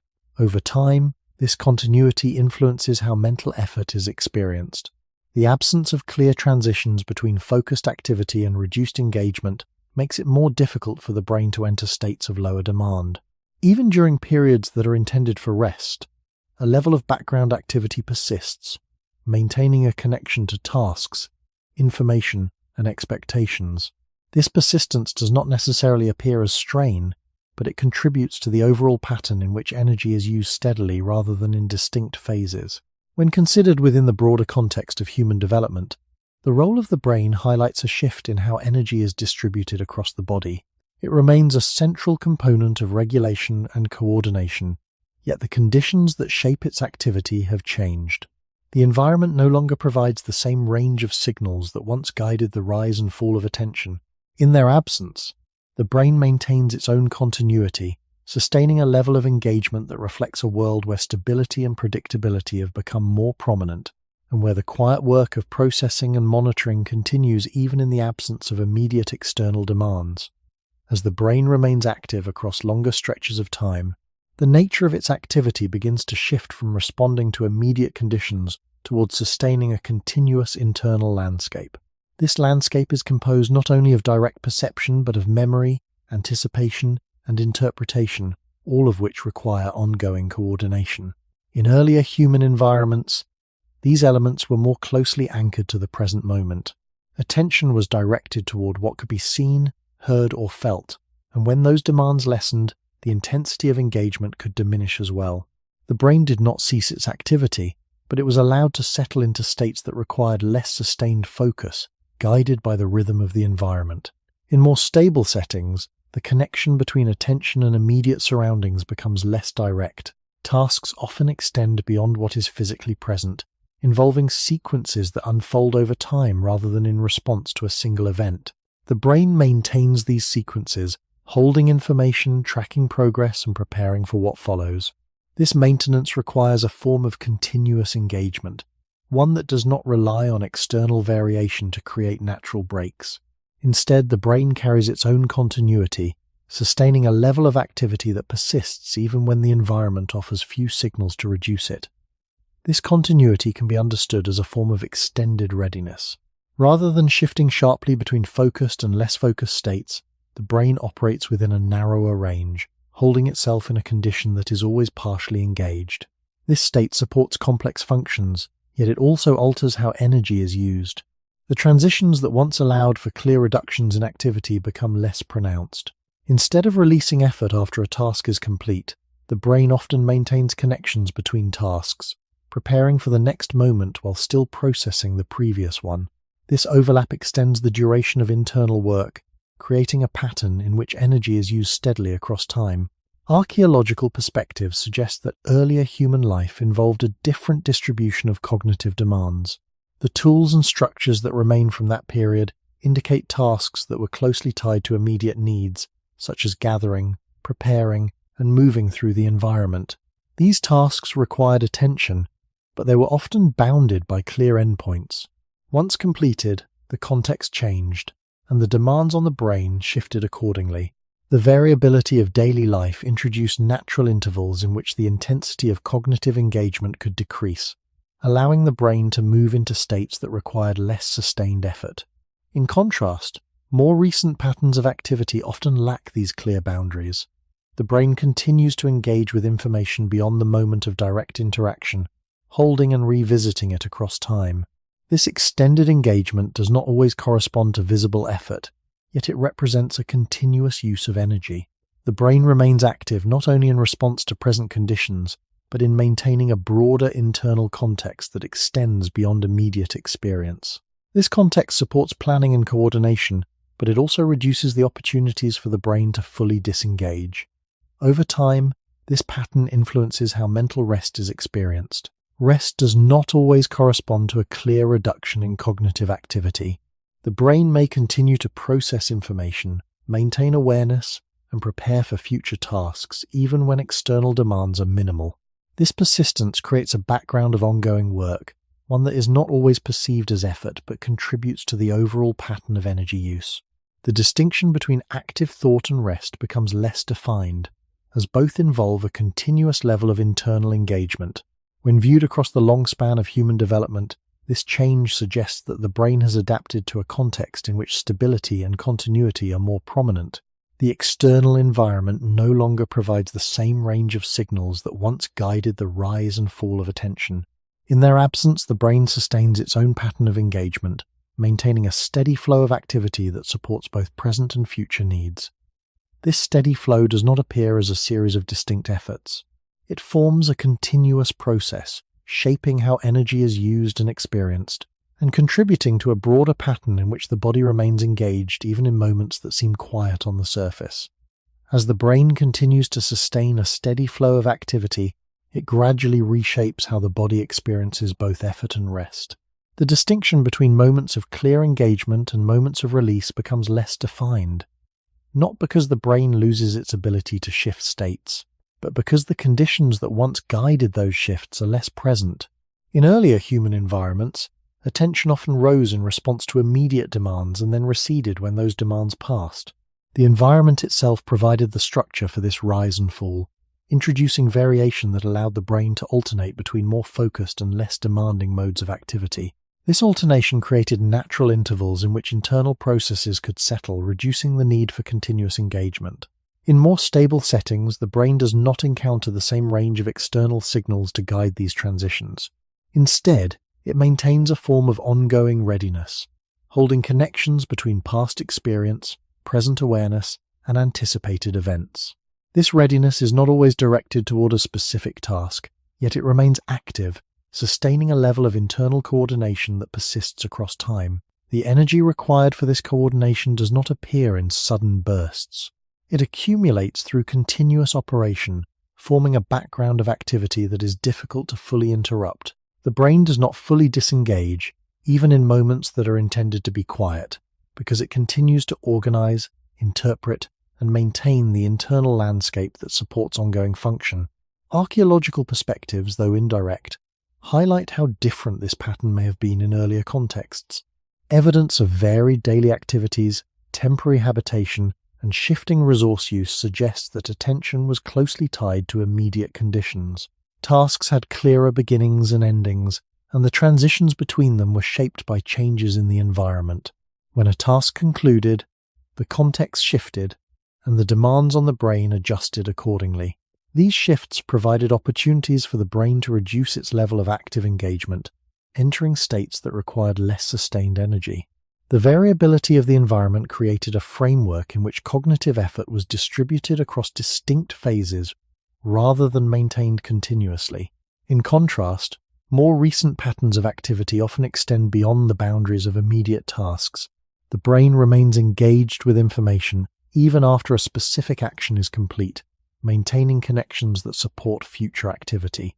This extended engagement reduces the separation between different phases of attention, creating a continuity that spans across time. The brain does not fully return to a state of lower demand because it continues to prepare for what may follow. This preparation is subtle, yet it contributes to a steady use of energy that persists even in the absence of clear external requirements. Over time, this continuity influences how mental fatigue is experienced. Fatigue becomes less associated with specific tasks and more with the duration of sustained engagement. The absence of clear transitions makes it more difficult for the brain to enter states of deeper rest, as a level of background activity remains present. This does not prevent rest entirely, but it alters its character, making it less about complete disengagement and more about a reduction within an ongoing process. The brain continues to operate, maintaining the internal structures that support awareness and coordination, even when external demands are minimal. When viewed across the broader arc of human development, this pattern suggests that the brain has adapted to a context in which continuity is more prominent than variation. The environment no longer provides the same cues that once guided the rhythm of attention, and in their absence, the brain sustains its own pattern of activity. This pattern is not inherently problematic, but it represents a shift in how energy is distributed. The cost of maintaining awareness, memory, and anticipation becomes part of a continuous background, one that accompanies the body through both activity and rest. In this way, the brain contributes to the broader structure in which energy is used steadily across time, reflecting a world where the boundaries between different states have become less distinct and the quiet work of staying ready rarely comes to a complete pause. Changes in how the human body uses energy do not occur all at once, and they are rarely the result of a single generation. They emerge slowly, carried across time through patterns of living that repeat and gradually reshape how the body responds to its environment. When a particular way of life becomes more stable, its influence extends beyond individual experience. It begins to affect how each new generation encounters the world from the beginning, shaping expectations, responses, and the distribution of effort in ways that are subtle but persistent. This process does not require sudden biological transformation. It operates through the continuous interaction between inherited structures and the conditions in which those structures are used. In earlier human contexts, where environments were variable and demands changed frequently, the body's systems were regularly exposed to a wide range of conditions. Temperature shifted, movement varied, and food availability fluctuated. These variations did not guarantee any specific outcome, but they provided a broad set of signals that the body responded to across development. Each generation encountered a similar range of experiences, allowing internal processes to remain aligned with environments that did not remain fixed.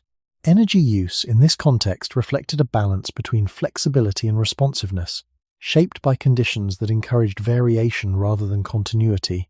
Archaeological evidence suggests that this variability was a defining feature of early human life. Patterns of migration, seasonal occupation, and diverse tool use indicate that human groups did not remain within a single, unchanging setting. Instead, they moved through environments that differed in climate, terrain, and resource availability. These movements exposed individuals to changing conditions throughout their lives, reinforcing patterns of adjustment that were not tied to a single stable context. Over time, this exposure contributed to a way of living in which energy use was distributed across a wide range of states, rather than concentrated within a narrow band of consistent activity. As human environments became more stable, these patterns began to shift. The introduction of permanent or semi-permanent settlements reduced the frequency of large-scale movement. Shelters became more durable, food sources more predictable, and daily routines more consistent. These changes did not eliminate variation entirely, but they reduced its range. Each generation began to encounter a more similar set of conditions, one that emphasized continuity over change. In this context, the body's systems were engaged in a different way. Instead of regularly adjusting to a wide spectrum of external signals, they operated within a narrower set of inputs, maintaining a steady internal state that matched the stability of the environment. This shift influences how energy is used across generations. The body continues to regulate itself, but the conditions that shape that regulation are more consistent. Internal processes are activated in similar patterns from one generation to the next, reinforcing a structure in which energy is used steadily rather than fluctuating widely. This does not imply a loss of adaptability, but it suggests a change in how adaptability is expressed. Instead of responding to frequent and pronounced variation, the body maintains readiness within a stable context, sustaining its internal systems across time. Over many generations, this pattern can influence how the body experiences effort. When variability is reduced, the opportunities for deep reductions in activity become less common. The body remains engaged at a moderate level, carrying forward a pattern of continuous energy use that is shaped by the environment in which it develops. This continuity does not appear as a single, measurable change. It appears as a gradual shift in how energy is distributed, how rest is experienced, and how the background processes of life are maintained. When viewed across the long span of human history, these generational shifts highlight the importance of context. The body's systems are not fixed in isolation. They are shaped by the conditions in which they operate, and those conditions are passed from one generation to the next through patterns of living. As environments become more stable, the structure of energy use becomes more continuous, reflecting a world where variation has been reduced, and the body adapts by sustaining its own internal consistency across time. As patterns of stability persist across generations, they begin to shape not only how individuals use energy, but how they come to expect the body to function. Each generation grows within a set of conditions that feel normal, even when those conditions differ from those experienced by earlier humans. This sense of normalcy does not arise from conscious comparison. It develops through repeated exposure, through daily routines that establish a consistent relationship between the body and its surroundings. Over time, this consistency influences how internal processes are organized, encouraging patterns of activity that align with the environment in which they are repeatedly expressed. In earlier human contexts, where variation was more pronounced, each generation encountered a wider range of conditions during development. Temperature shifts, irregular movement, and fluctuating food availability introduced a diversity of signals that the body responded to from an early stage. These signals did not create a single fixed pattern of energy use. Instead, they supported flexibility, allowing internal systems to adjust to changing demands. The body learned to move between different states, to increase and decrease its activity in response to external variation. This movement between states did not eliminate effort, but it prevented effort from becoming continuous in a uniform way. Archaeological evidence reflects this diversity of experience. The presence of varied tools, the distribution of resources across different sites, and the patterns of seasonal occupation suggest that early human groups did not encounter the same conditions in the same way over time. Instead, their environments required ongoing adjustment, exposing individuals to a range of physical and social contexts. This exposure would have influenced how the body developed its patterns of regulation, reinforcing a structure in which energy use was responsive rather than constant. In more stable environments, the range of variation encountered during development becomes narrower. Conditions are more predictable, and daily routines follow similar patterns over time. This predictability shapes how internal systems are engaged, encouraging a form of consistency that aligns with the environment. The body becomes accustomed to maintaining a steady level of activity, supporting processes that are regularly required.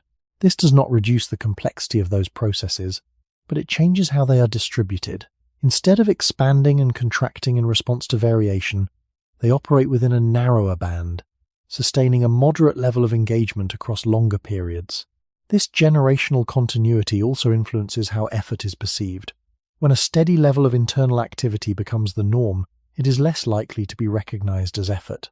The body's ongoing work blends into the background of daily experience, appearing as a constant rather than as a response to specific demands. This can make it more difficult to identify moments when energy use is elevated, because there are fewer clear transitions to mark the difference.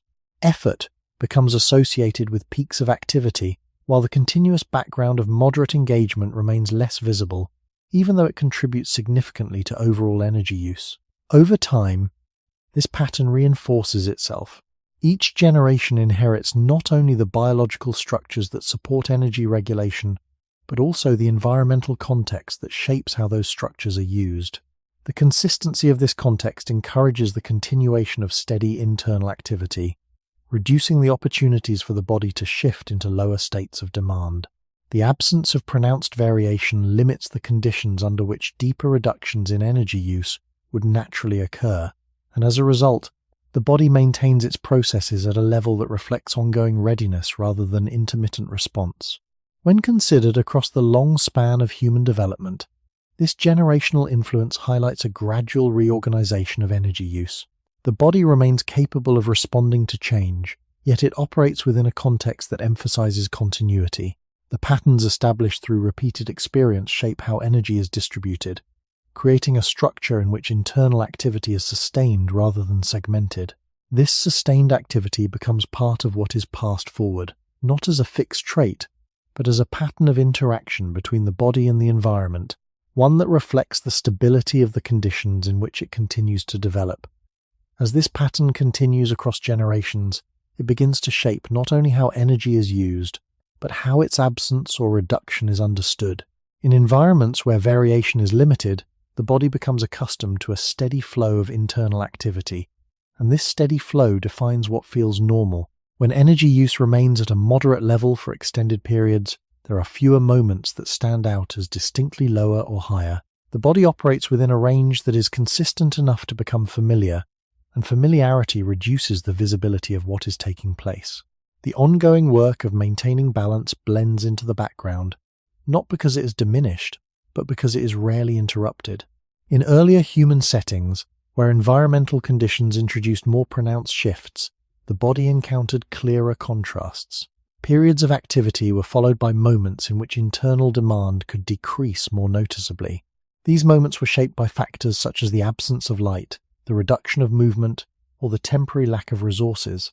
They created a structure in which energy use was not continuous, but segmented. Each segment carried its own level of demand, and the transitions between them were marked by changes that could be sensed and responded to. Over time, this segmentation allowed the body to experience variation not only in what it did, but in how much effort it sustained. Archaeological perspectives suggest that such variation was a recurring feature of early human life. Patterns of seasonal movement, the use of temporary shelters, and the diversity of resource use all point toward a context in which conditions did not remain constant. These variations would have introduced natural limits on how long certain forms of activity could be maintained, encouraging shifts that redistributed energy use across time. The body's internal systems would have adjusted to these shifts, supporting a pattern in which effort could rise, recede, and rise again in response to changing circumstances. In more stable environments, these natural boundaries become less defined. The absence of strong external signals reduces the opportunities for the body to transition into states of significantly lower demand.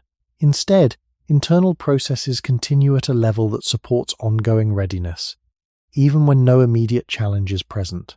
This continuity creates a form of energy use that is spread evenly across time, rather than concentrated in distinct phases. The body remains engaged, sustaining its internal balance without the interruptions that once allowed for deeper reductions in activity. This generational continuity influences how energy is perceived.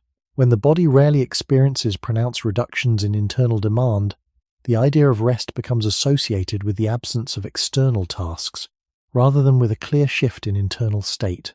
The body may feel inactive, yet it continues to perform its background functions at a steady level. This can create a sense that rest is incomplete, not because it fails, but because it does not involve the same depth of reduction that was once more common.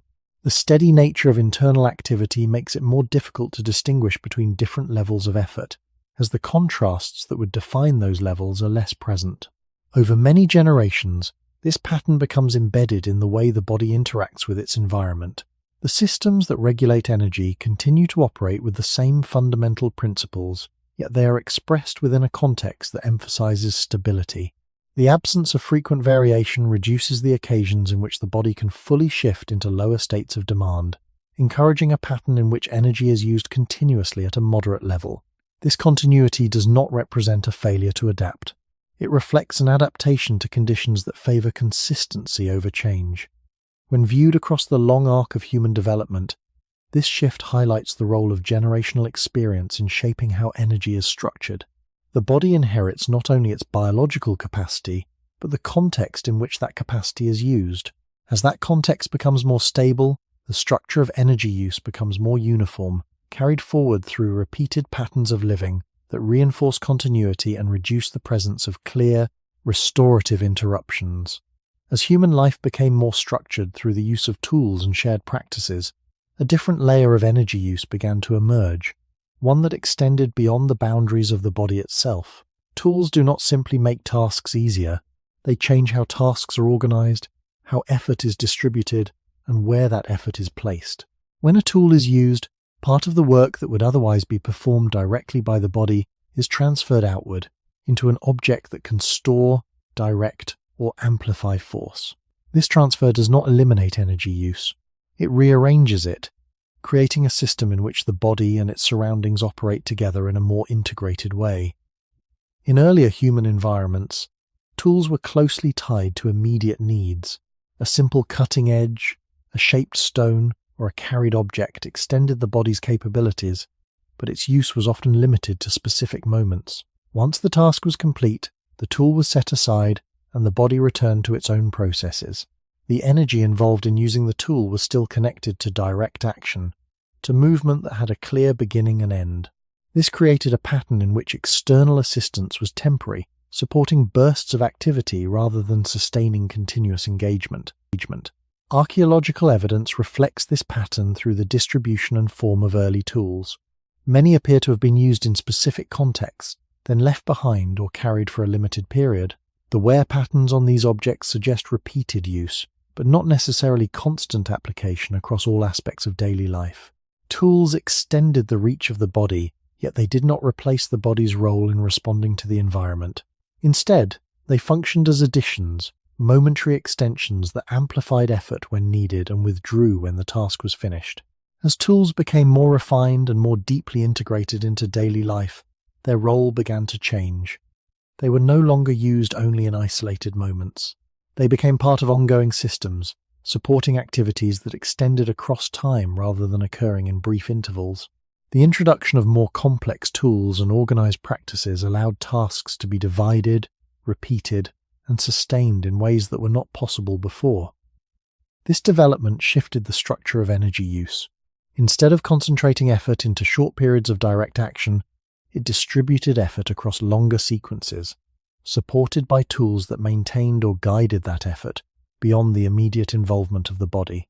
This shift can be understood as the emergence of external energy systems.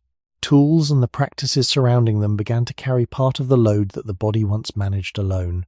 Fire, for example, extended the body's ability to generate heat, reducing the need for continuous internal heat production in certain contexts. Containers allowed for the storage of food, altering the timing of intake and the distribution of energy use. Simple machines, even in their earliest forms, redirected force, enabling tasks to be performed with different patterns of effort. Each of these developments changed how energy was used, not by removing it, but by relocating it within a broader system that included both the body and its tools. Over time, this integration influenced how the body experienced effort. The presence of tools reduced the need for certain forms of direct physical exertion, yet it introduced new forms of sustained engagement. The body remained involved in guiding, maintaining, and interacting with these external systems, often over longer periods than the original tasks would have required. Energy was no longer used only in direct response to immediate needs. It was also used to support the operation of systems that extended beyond the moment, systems that required continuity rather than brief activation. When viewed across the long span of human development, this transformation suggests that the boundary between internal and external energy use has become less distinct. The body continues to function as the core of human activity, yet it operates within a network of tools and practices that reshape how energy is distributed. The cost of staying alive is not reduced, it is reorganized, shared between the body and the systems it has created, and carried forward through patterns of activity that are sustained across time rather than confined to isolated moments. As tools become part of ongoing systems rather than isolated moments of use, the relationship between effort and outcome begins to stretch across time. The body no longer engages only at the point where a task begins and ends. It remains connected to processes that continue beyond direct action, guiding, monitoring, and maintaining them as they unfold. This extension changes how energy is experienced. Instead of being concentrated in short, visible bursts, effort becomes distributed across longer intervals, often in ways that are less immediately noticeable. The pitons of tools reduces certain forms of direct exertion, yet it introduces a different kind of demand, one that requires continuity rather than intensity. In earlier human environments, tools supported specific needs that were closely tied to immediate conditions. A cutting edge was used to process food, a carried object to transport materials, and once the task was complete, the body returned to a state shaped by the environment itself. The energy involved in these actions was bounded by clear transitions. There was a moment of engagement and a moment of release, and between these moments, the body could reduce its internal demand. The tool did not extend the duration of effort beyond the task. It amplified the effectiveness of that effort within a defined period. Archaeological evidence reflects this bounded use. Many early tools show patterns of wear that correspond to repeated but intermittent activity. They were used, set aside, and used again when needed, often in different locations and under varying conditions. This pattern suggests that tools were integrated into a broader rhythm of life that still followed environmental variation. The body remained the primary system through which energy was expressed, with tools acting as extensions rather than as continuous partners in sustained processes. As tools become more integrated into daily life, their role begins to expand. They are no longer limited to single tasks, but become part of sequences that unfold over extended periods. The introduction of more complex practices, even in their early forms, allows tasks to be divided into stages, each supported by tools that maintain or guide the process. This development changes the structure of engagement. The body does not simply act and withdraw. It remains involved in overseeing and interacting with processes that continue beyond the initial action. Energy is used not only in performing tasks, but in sustaining the conditions under which those tasks can continue. This sustained involvement can be seen in how the body interacts with systems that require maintenance. Fire, once established, must be tended to remain effective. Stored food must be protected and managed over time. Tools themselves require care to maintain their function.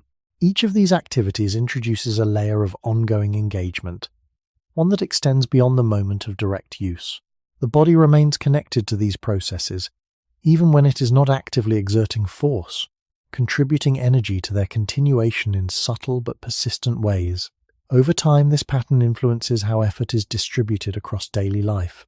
The boundaries between action and rest become less distinct, as the body remains engaged with systems that do not pause completely. The absence of clear endpoints reduces the opportunities for full disengagement, encouraging a form of activity that is moderate but continuous. This does not eliminate the need for rest, but it alters its structure. Rest becomes a reduction within an ongoing process rather than a complete transition to a different state. The body remains partially active, maintaining connections to systems that extend beyond immediate tasks. When considered across the long span of human development, this shift suggests that tools have not only extended the body's capabilities, but have also reshaped the pattern of energy use. They have introduced continuity into processes that were once more segmented, distributing effort across time rather than concentrating it in distinct moments. The energy that supports these processes is not always visible, yet it is sustained through ongoing interaction between the body and its surroundings. In this way, tools become part of a broader system in which energy is shared, extended, and maintained, contributing to a pattern of continuous engagement that reflects a world where tasks no longer begin and end as sharply as they once did. As tools and shared practices become more deeply embedded in daily life, they begin to form systems that persist even when no single individual is actively using them. These systems do not stop when a task ends. They continue through maintenance, expectation, and coordination, creating a background of activity that extends beyond direct physical action. The body, in participating in these systems, does not simply engage and withdraw. It remains connected to processes that unfold across time, contributing energy in ways that are often indirect but continuous. This continuity changes how effort is structured. Instead of being defined by clear beginnings and endings, it becomes part of an ongoing flow that rarely pauses completely. In earlier human environments, tools functioned as extensions of the body within specific contexts. Their use was tied to immediate needs, and once those needs were met, the connection between the body and the tool was temporarily released.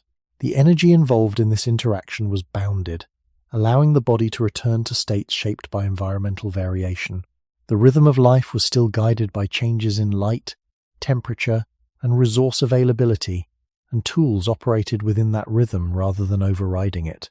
Archaeological evidence reflects this integration through the episodic use of tools and the absence of large-scale systems that required constant attention. Objects were created, used, and sometimes abandoned, with little indication of continuous oversight beyond their immediate purpose. As human societies developed more structured forms of organization, tools became part of systems that extended across individuals and generations. The use of fire, for example, evolved from a momentary aid into a sustained element of daily life, requiring attention to maintain its function.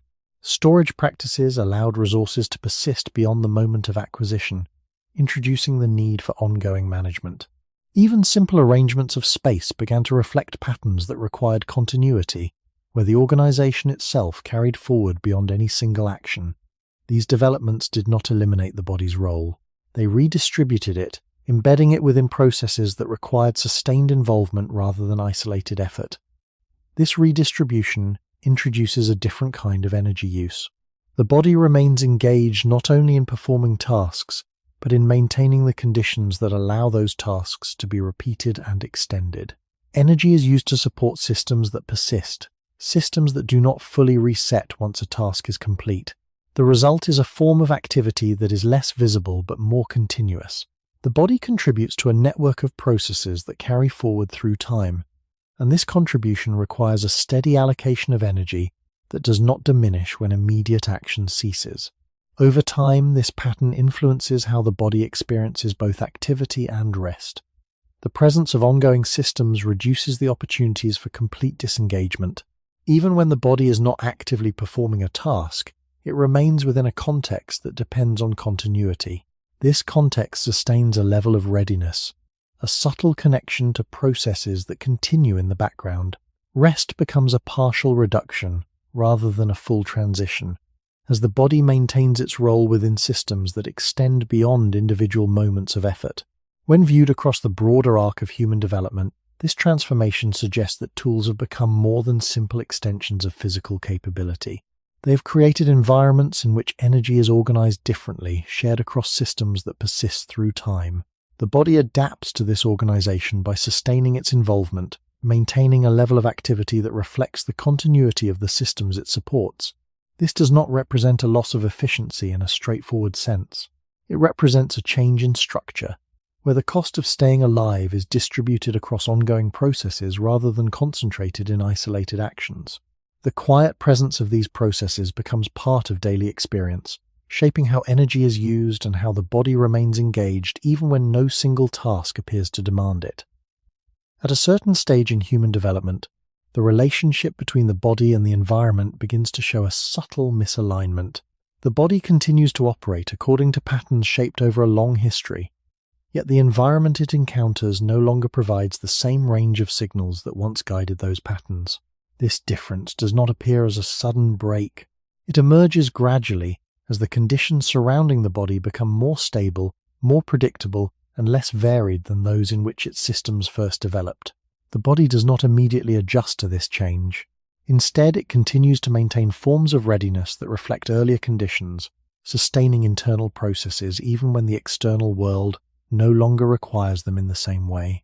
In earlier human environments, the body's internal activity was closely linked to immediate surroundings. Changes in terrain, temperature, and resource availability provided clear cues that shaped how energy was used. When the environment demanded effort, the body responded. When those demands eased, internal activity could decrease. This connection created a form of alignment, where the structure of energy use matched the structure of the world. The body did not need to maintain a constant level of engagement, because the environment itself introduced variation that allowed for both activation and release. Archaeological evidence suggests that this alignment was reinforced through repeated exposure to changing conditions. Patterns of movement, seasonal occupation, and diverse resource use indicate that early human groups encountered environments that required ongoing adjustment. These adjustments did not occur in isolation. They formed part of a broader system in which the body and the environment interacted continuously, shaping each other through repeated cycles of demand and response. Over time, this interaction supported a distribution of energy use that was responsive rather than continuous. allowing the body to operate within a range that included both higher and lower levels of activity. As human environments became more controlled, this alignment began to shift. Stability reduced the frequency and intensity of external signals, and the body no longer encountered the same range of conditions that once guided its internal processes. Instead of responding to variation, the body often maintains its own consistency, sustaining a level of activity that reflects readiness rather than immediate need. This sustained readiness is not always visible, but it represents a continuous use of energy that differs from the more variable patterns of earlier human life.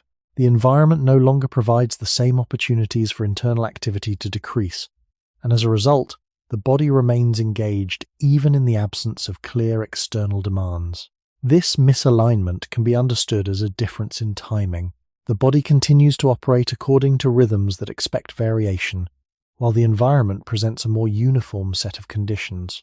The result is a pattern in which internal processes persist beyond the moments that originally required them. Energy is used to maintain states that were once temporary, extending their duration in a context where the signals to reduce them are less pronounced. This extension does not necessarily produce immediate strain, but it alters how energy is distributed across time, creating a steady background of activity that is less tied to visible events. Over time, this difference influences how the body experiences effort. When internal processes remain active without clear external triggers, the sensation of effort becomes less associated with specific actions and more with ongoing states. Fatigue may appear without a single identifiable cause, and rest may not correspond to a full reduction in internal demand. The body continues to perform its functions with consistency, yet the context in which those functions operate has changed in a way that reshapes their expression. When viewed across the long span of human development, this misalignment highlights the importance of the relationship between the body and its environment. The body's systems are not isolated mechanisms. They are part of a broader interaction that depends on external conditions to guide their activity. As those conditions become more stable, the guidance they provide diminishes, and the body compensates by sustaining its own patterns of readiness. This compensation does not represent a failure to adapt. It reflects an ongoing adjustment to a world that has changed more rapidly than the structures that support it, creating a subtle difference between what the body expects and what the environment provides. As this misalignment persists, it begins to appear not as a single disruption, but as a quiet accumulation of small differences between what the body prepares for and what the environment actually requires.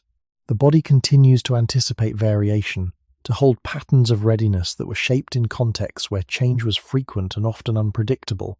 Yet the environment now presents fewer of those changes, offering stability where fluctuation once guided internal rhythms. This difference does not force the body into immediate adjustment. Instead, it allows existing patterns to continue, extending them across conditions that no longer call for the same level of sustained engagement. In earlier human settings, anticipation was closely tied to direct cues. A shift in light, a change in temperature, or a movement in the surrounding landscape provided signals that guided how the body prepared itself. These signals created boundaries, indicating when to increase activity and when to allow it to decrease. The body's internal processes followed these boundaries, rising when necessary and receding when the environment permitted. This structure allowed energy to be distributed unevenly across time, with periods of higher demand balanced by intervals of lower internal activity. Archaeological evidence reflects the presence of such boundaries through patterns of movement and resource use.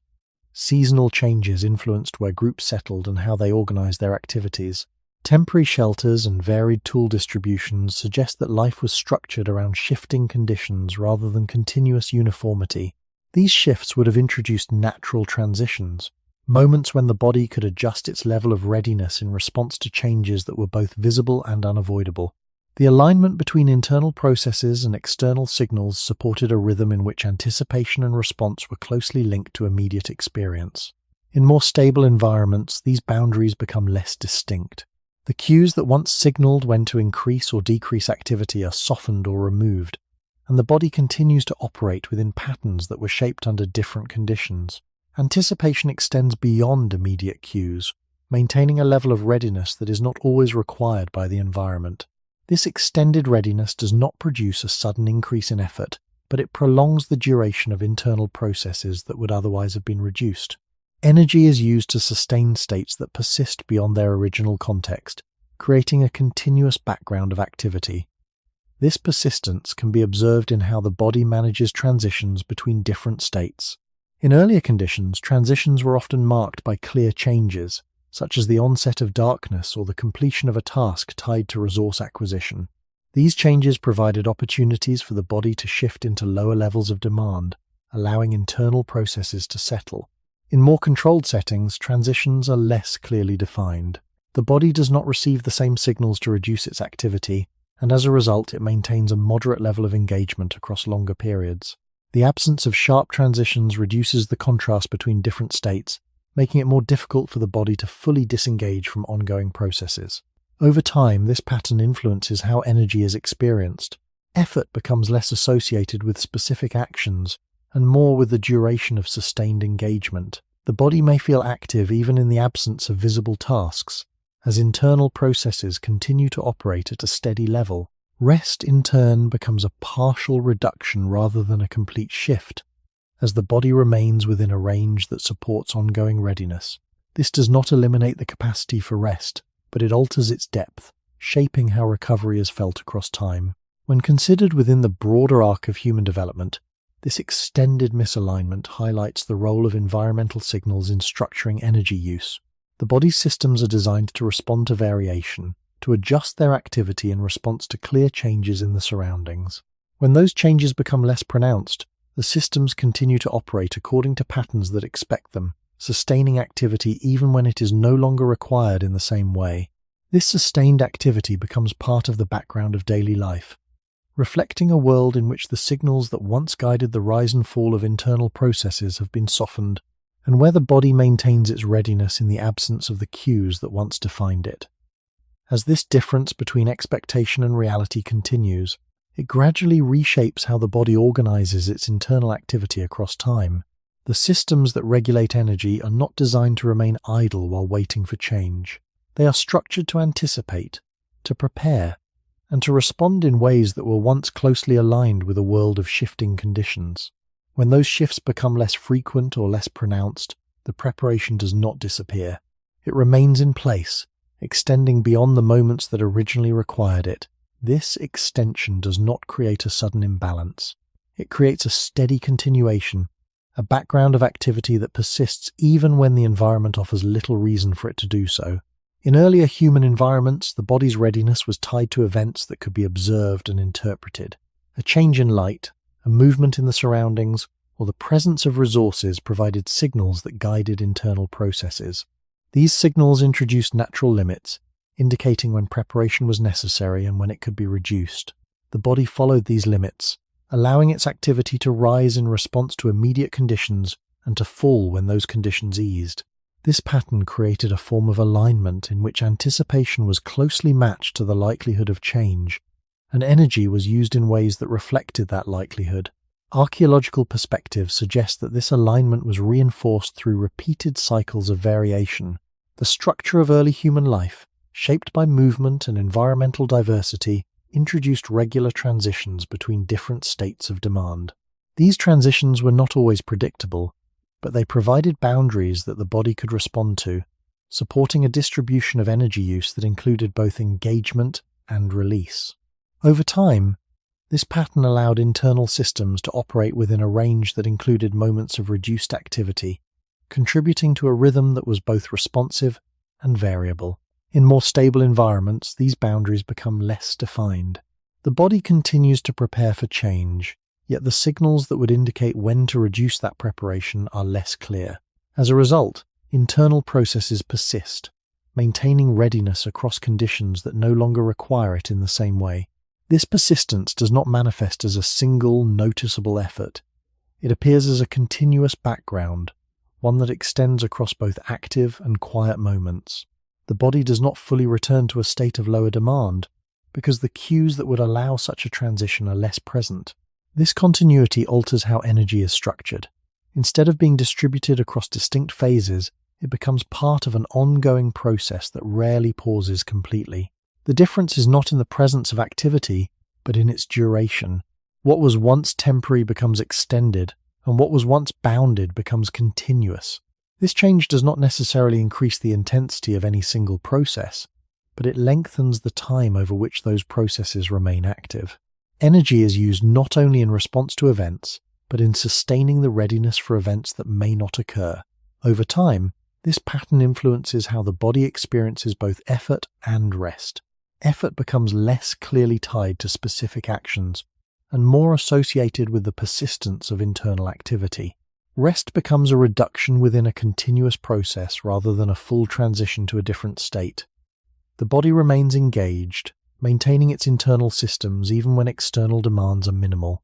This engagement does not always feel like exertion, yet it contributes to the overall sense that energy is being used in ways that are not always visible. When viewed across the long span of human development, this extended misalignment highlights a gradual transformation in the relationship between the body and its environment. The body continues to operate according to patterns shaped by variation, while the environment presents a more uniform set of conditions. In response, the body sustains its readiness, carrying forward processes that were once more tightly bound to specific events. This sustained readiness becomes part of the background of daily life, shaping how energy is used and experienced, and reflecting a world in which the signals that once guided the rise and fall of internal activity have become less pronounced, leaving the body to maintain its own continuity in their absence. In the absence of clear signals that mark the end of activity, the body begins to experience energy use as something that blends into the background of time. It is no longer defined by distinct moments of effort alone, but by a quiet continuity that stretches across the day. This continuity does not draw attention to itself in the way that sudden exertion does. It remains subtle, present in small adjustments, in sustained posture, in ongoing regulation, and in the steady engagement of the brain. Because it is not tied to a single visible action, it becomes more difficult to identify, and over time, it is often accepted as a normal part of being alive rather than as a specific form of effort. In earlier human environments, energy use was more closely linked to events that had clear beginnings and endings. Movement occurred in response to immediate needs, and once those needs were met, the body could shift into states of reduced demand. Changes in light, temperature, and resource availability created natural boundaries that guided these transitions. The body followed these boundaries, allowing internal processes to rise when necessary and to fall when conditions permitted. This structure created a rhythm in which effort was interspersed with periods of relative quiet, making it easier to distinguish between different levels of activity. Archaeological evidence suggests that such rhythms were reinforced through patterns of daily life that were shaped by variability. Temporary settlements, shifting resource use, and diverse environmental conditions introduced repeated transitions between different states of engagement. These transitions did not eliminate the need for sustained effort, but they provided intervals in which the body could reduce its internal activity. Over time, this pattern supported a distribution of energy use that was uneven but balanced, allowing for both engagement and release within the same system. In more stable environments, these transitions become less distinct. The body remains engaged in processes that do not fully conclude, because the conditions that would signal their completion are less evident. Attention continues beyond the moment of immediate need. Posture is maintained across extended periods, and internal regulation persists, even when external demands are minimal. This persistence creates a form of energy use that is continuous rather than segmented, extending across time without clear interruption. The absence of defined boundaries makes it more difficult for the body to shift into states of lower demand, and as a result, internal activity remains at a moderate level for longer durations. This continuous engagement influences how energy is perceived. Because the effort is distributed across time, it does not accumulate in a way that is easily traced to a single cause. Instead, it appears as a general sense of ongoing activity, a background presence that accompanies both movement and stillness. The body may feel active even in moments that are intended to be restful, not because it is performing visible tasks, but because its internal systems continue to operate without a clear point of release. This can create a sense that energy is being used without a corresponding event, making it more difficult to recognize when and how effort is occurring. Over time, this pattern becomes integrated into daily experience. The continuous use of energy is no longer perceived as a deviation from a norm, but as the norm itself. The body adapts to this structure, maintaining its internal processes in a way that reflects the stability of its environment. This adaptation does not eliminate the capacity for rest, but it alters its depth and clarity, shaping how recovery is experienced within a system that remains partially engaged at all times. When viewed across the broader arc of human development, this shift highlights a change in how energy is organized, rather than in how it is generated. The body continues to function with the same fundamental systems, yet the context in which those systems operate has changed. The absence of clear transitions has transformed energy use into a continuous process, one that is less visible but persistently present, shaping the experience of effort in ways that are subtle, gradual, and deeply embedded in the structure of everyday life. As this continuous pattern of energy use becomes more familiar, it begins to shape how the body interprets its own signals. Sensations that once marked clear changes in internal demand become less distinct when there are fewer transitions to define them. Fatigue, for example, no longer appears only after visible exertion. It can emerge gradually, without a single identifiable moment that explains its presence. The body continues to expend energy across time, and the accumulation of this steady activity creates a feeling that is not tied to a specific event, but to the duration of ongoing engagement. This does not indicate a sudden increase in effort. It reflects a change in how effort is distributed, moving from discrete episodes to a continuous flow. In earlier human environments, fatigue was often linked to tasks that had clear boundaries. Movement across difficult terrain, the gathering or processing of resources, and the maintenance of shelter required periods of concentrated effort. Once these tasks were completed, the body could enter a state in which internal demand decreased more noticeably. The transition from activity to rest was supported by changes in the environment, allowing the body to shift into a lower level of engagement. This created a structure in which fatigue could be associated with specific causes and resolved through intervals of reduced activity. Archaeological evidence suggests that such patterns were part of daily life. The distribution of activity areas within early sites indicates that tasks were performed in particular contexts and then concluded, leaving space for other forms of engagement or for periods of reduced demand. Seasonal variation and movement between locations introduced further changes, reinforcing a rhythm in which effort and recovery were interwoven across time. These patterns did not eliminate fatigue, but they shaped how it was experienced, connecting it to identifiable moments within a broader cycle of activity. In more stable environments, the absence of clear boundaries between tasks alters this relationship. The body remains engaged across longer periods, and the transitions that once marked the end of effort become less pronounced. Internal processes continue to operate even when external demands are minimal, and the opportunity for complete reduction in activity becomes less frequent. As a result, fatigue is less likely to be associated with a single task and more likely to reflect the accumulation of continuous engagement.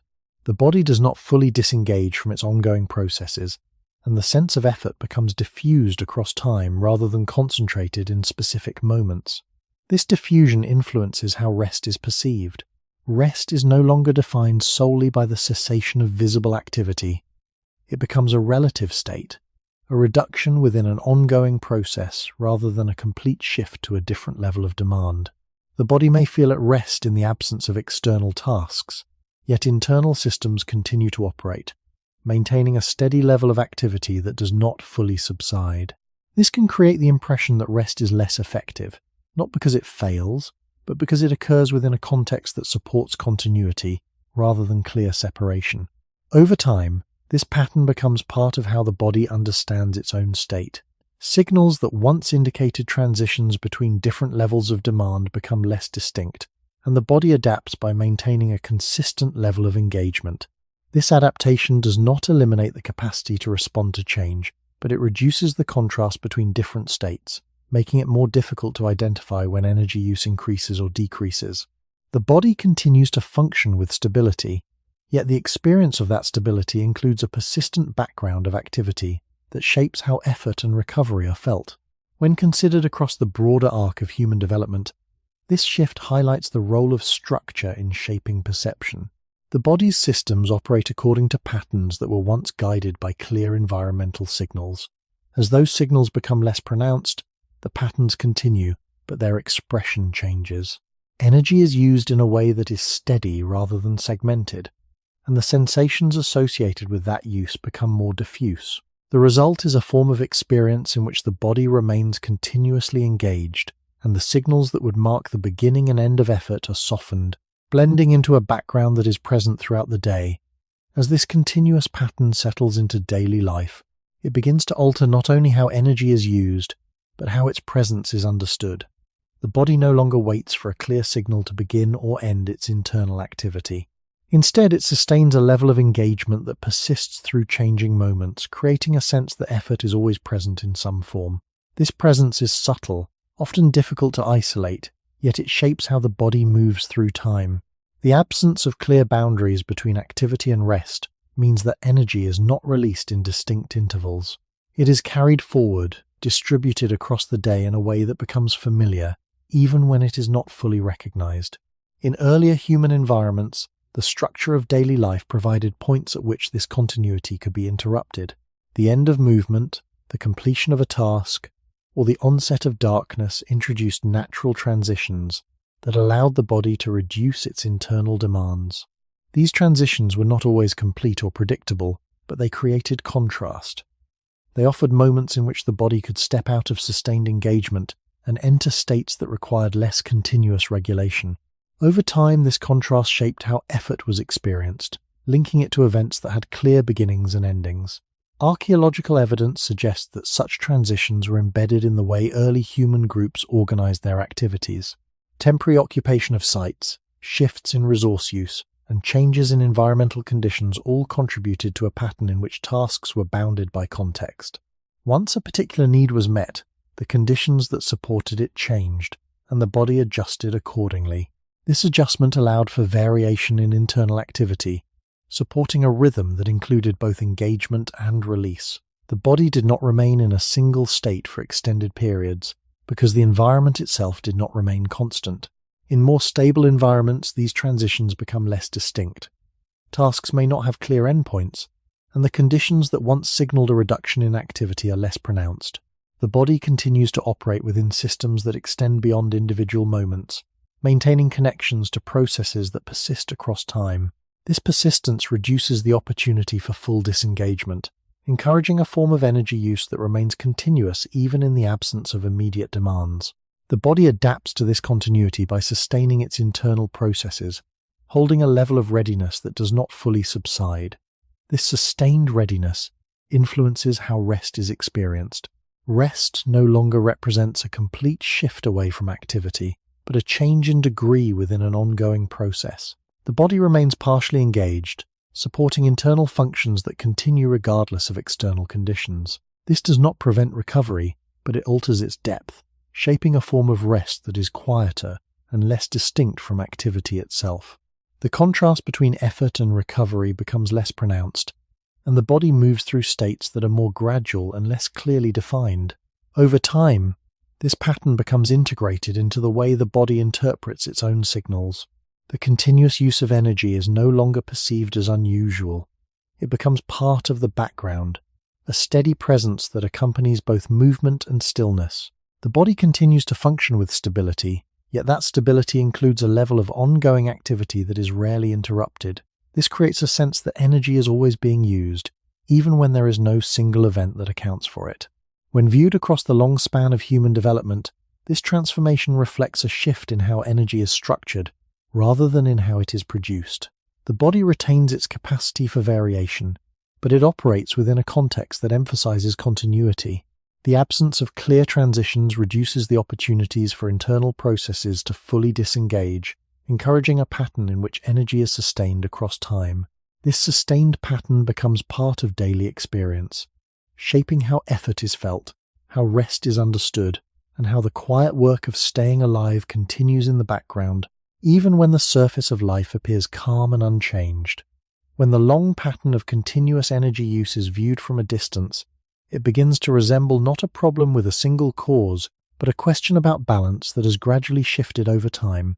The body continues to function with remarkable stability, maintaining temperature, supporting movement, and sustaining awareness across a wide range of conditions. Yet the structure of how this work is carried has changed. Energy is no longer organized primarily around clear cycles of demand and release. It is distributed across a steady background of activity, shaped by environments that emphasize consistency over variation. This difference does not appear suddenly. It unfolds across generations through the quiet accumulation of small changes in how the body interacts with its surroundings. In earlier human contexts, balance was not defined by maintaining a constant internal state. It was shaped by the ability to move between different states as conditions changed. Periods of effort were followed by moments in which internal demand could decrease, guided by signals that were both external and unavoidable. Light faded, temperatures shifted, and resources became temporarily unavailable. These changes introduced boundaries that the body could respond to, allowing internal processes to rise and fall in a pattern that reflected the variability of the environment. Balance, in this sense, was dynamic. It emerged from the interaction between change and response, rather than from the maintenance of a fixed condition. Archaeological evidence suggests that this form of balance was supported by a way of life that involved movement, variation, and adaptation to shifting conditions.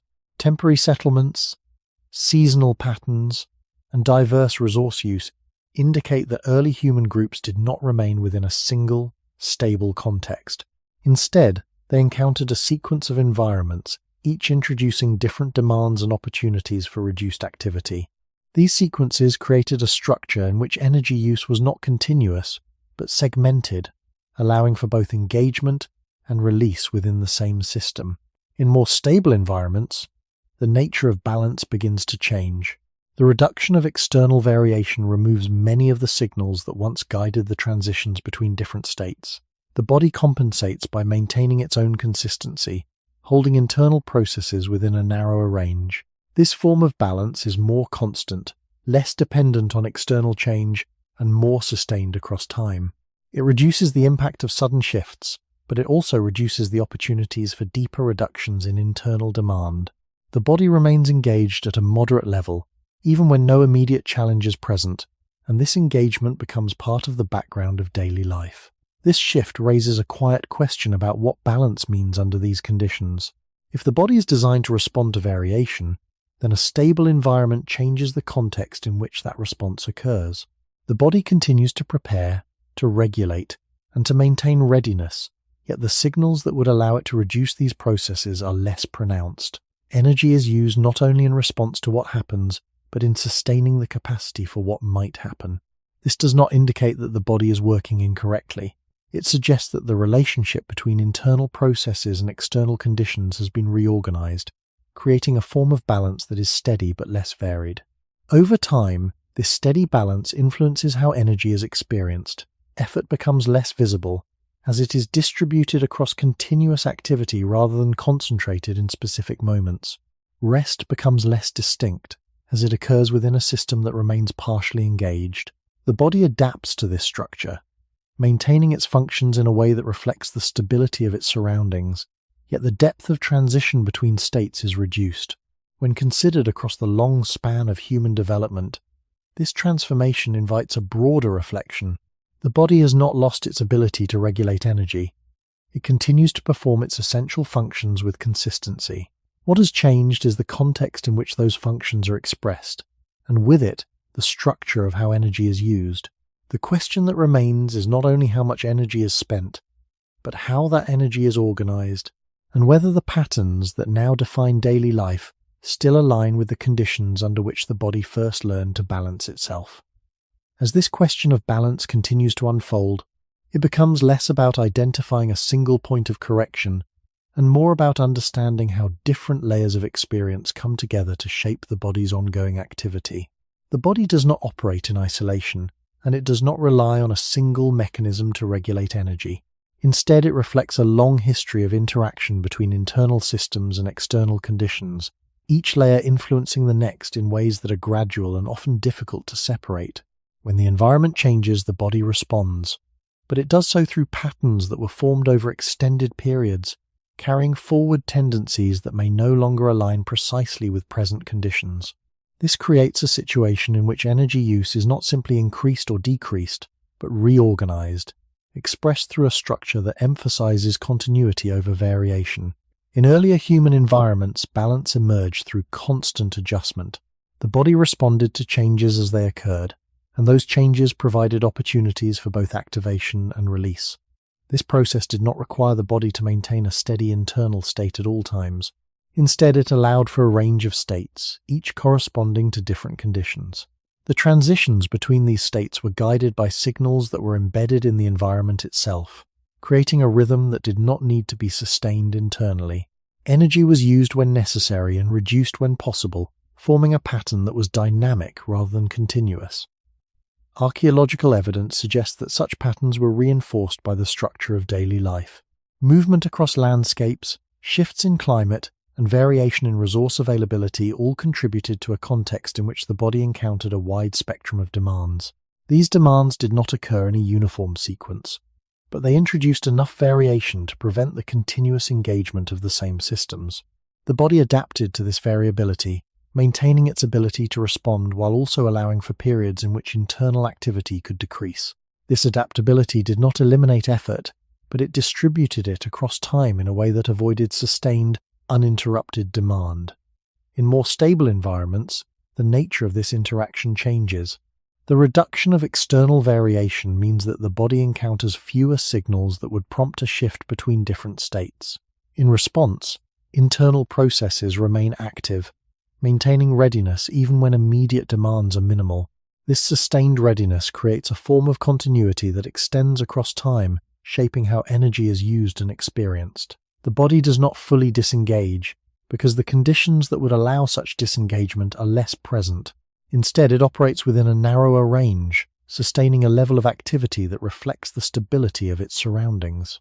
This continuity is not necessarily a flaw, but it represents a different configuration of balance. It prioritizes consistency over fluctuation, ensuring that the body remains prepared for a wide range of conditions, even when those conditions do not arise. The cost of this preparation is not concentrated in specific moments. It is spread across time, forming a background of ongoing activity that is less visible but persistently present. The body continues to function with precision, yet the structure of its activity reflects a world in which change is less frequent and less pronounced. Over time, this configuration influences how the body interprets its own state. Signals that once indicated transitions between different levels of demand become less distinct, and the body adapts by maintaining a steady level of engagement. This adaptation supports continuity, but it also reduces the contrast between activity and rest. The body remains within a range that does not fully capture the variation that once shaped its patterns of energy use. When viewed across the broader arc of human development, this transformation invites a deeper reflection on the nature of alignment. The body has not lost its capacity to balance energy. It continues to regulate its processes with consistency. The question that emerges is how this regulation interacts with the conditions in which it now occurs. If balance was once achieved through variation, then a stable environment introduces a different form of balance, one that is maintained through sustained activity, rather than through cycles of change. This difference does not provide a simple conclusion. It suggests that the structure of energy use is part of a larger relationship between the body and its environment, a relationship that continues to evolve and that shapes how the quiet work of staying alive is carried forward through time. As this long movement through history settles into the present, the question of energy returns to a quieter place, one that is less about measurement and more about perception. The body continues to use energy in ways that are steady, subtle, and often hidden beneath familiar sensations. Nothing in its basic structure has been lost. The heart continues to move blood, the lungs continue to exchange air, and the brain continues to maintain awareness. Yet the way these processes are organized across time has shifted. They no longer rise and fall as distinctly as they once did. Instead, they form a continuous background, a steady presence that accompanies each moment without announcing itself as effort. This presence can be understood not as a mistake, but as a reflection of a world that has changed its shape around the body. In earlier human environments, the boundaries between activity and rest were shaped by forces that could not be adjusted at will.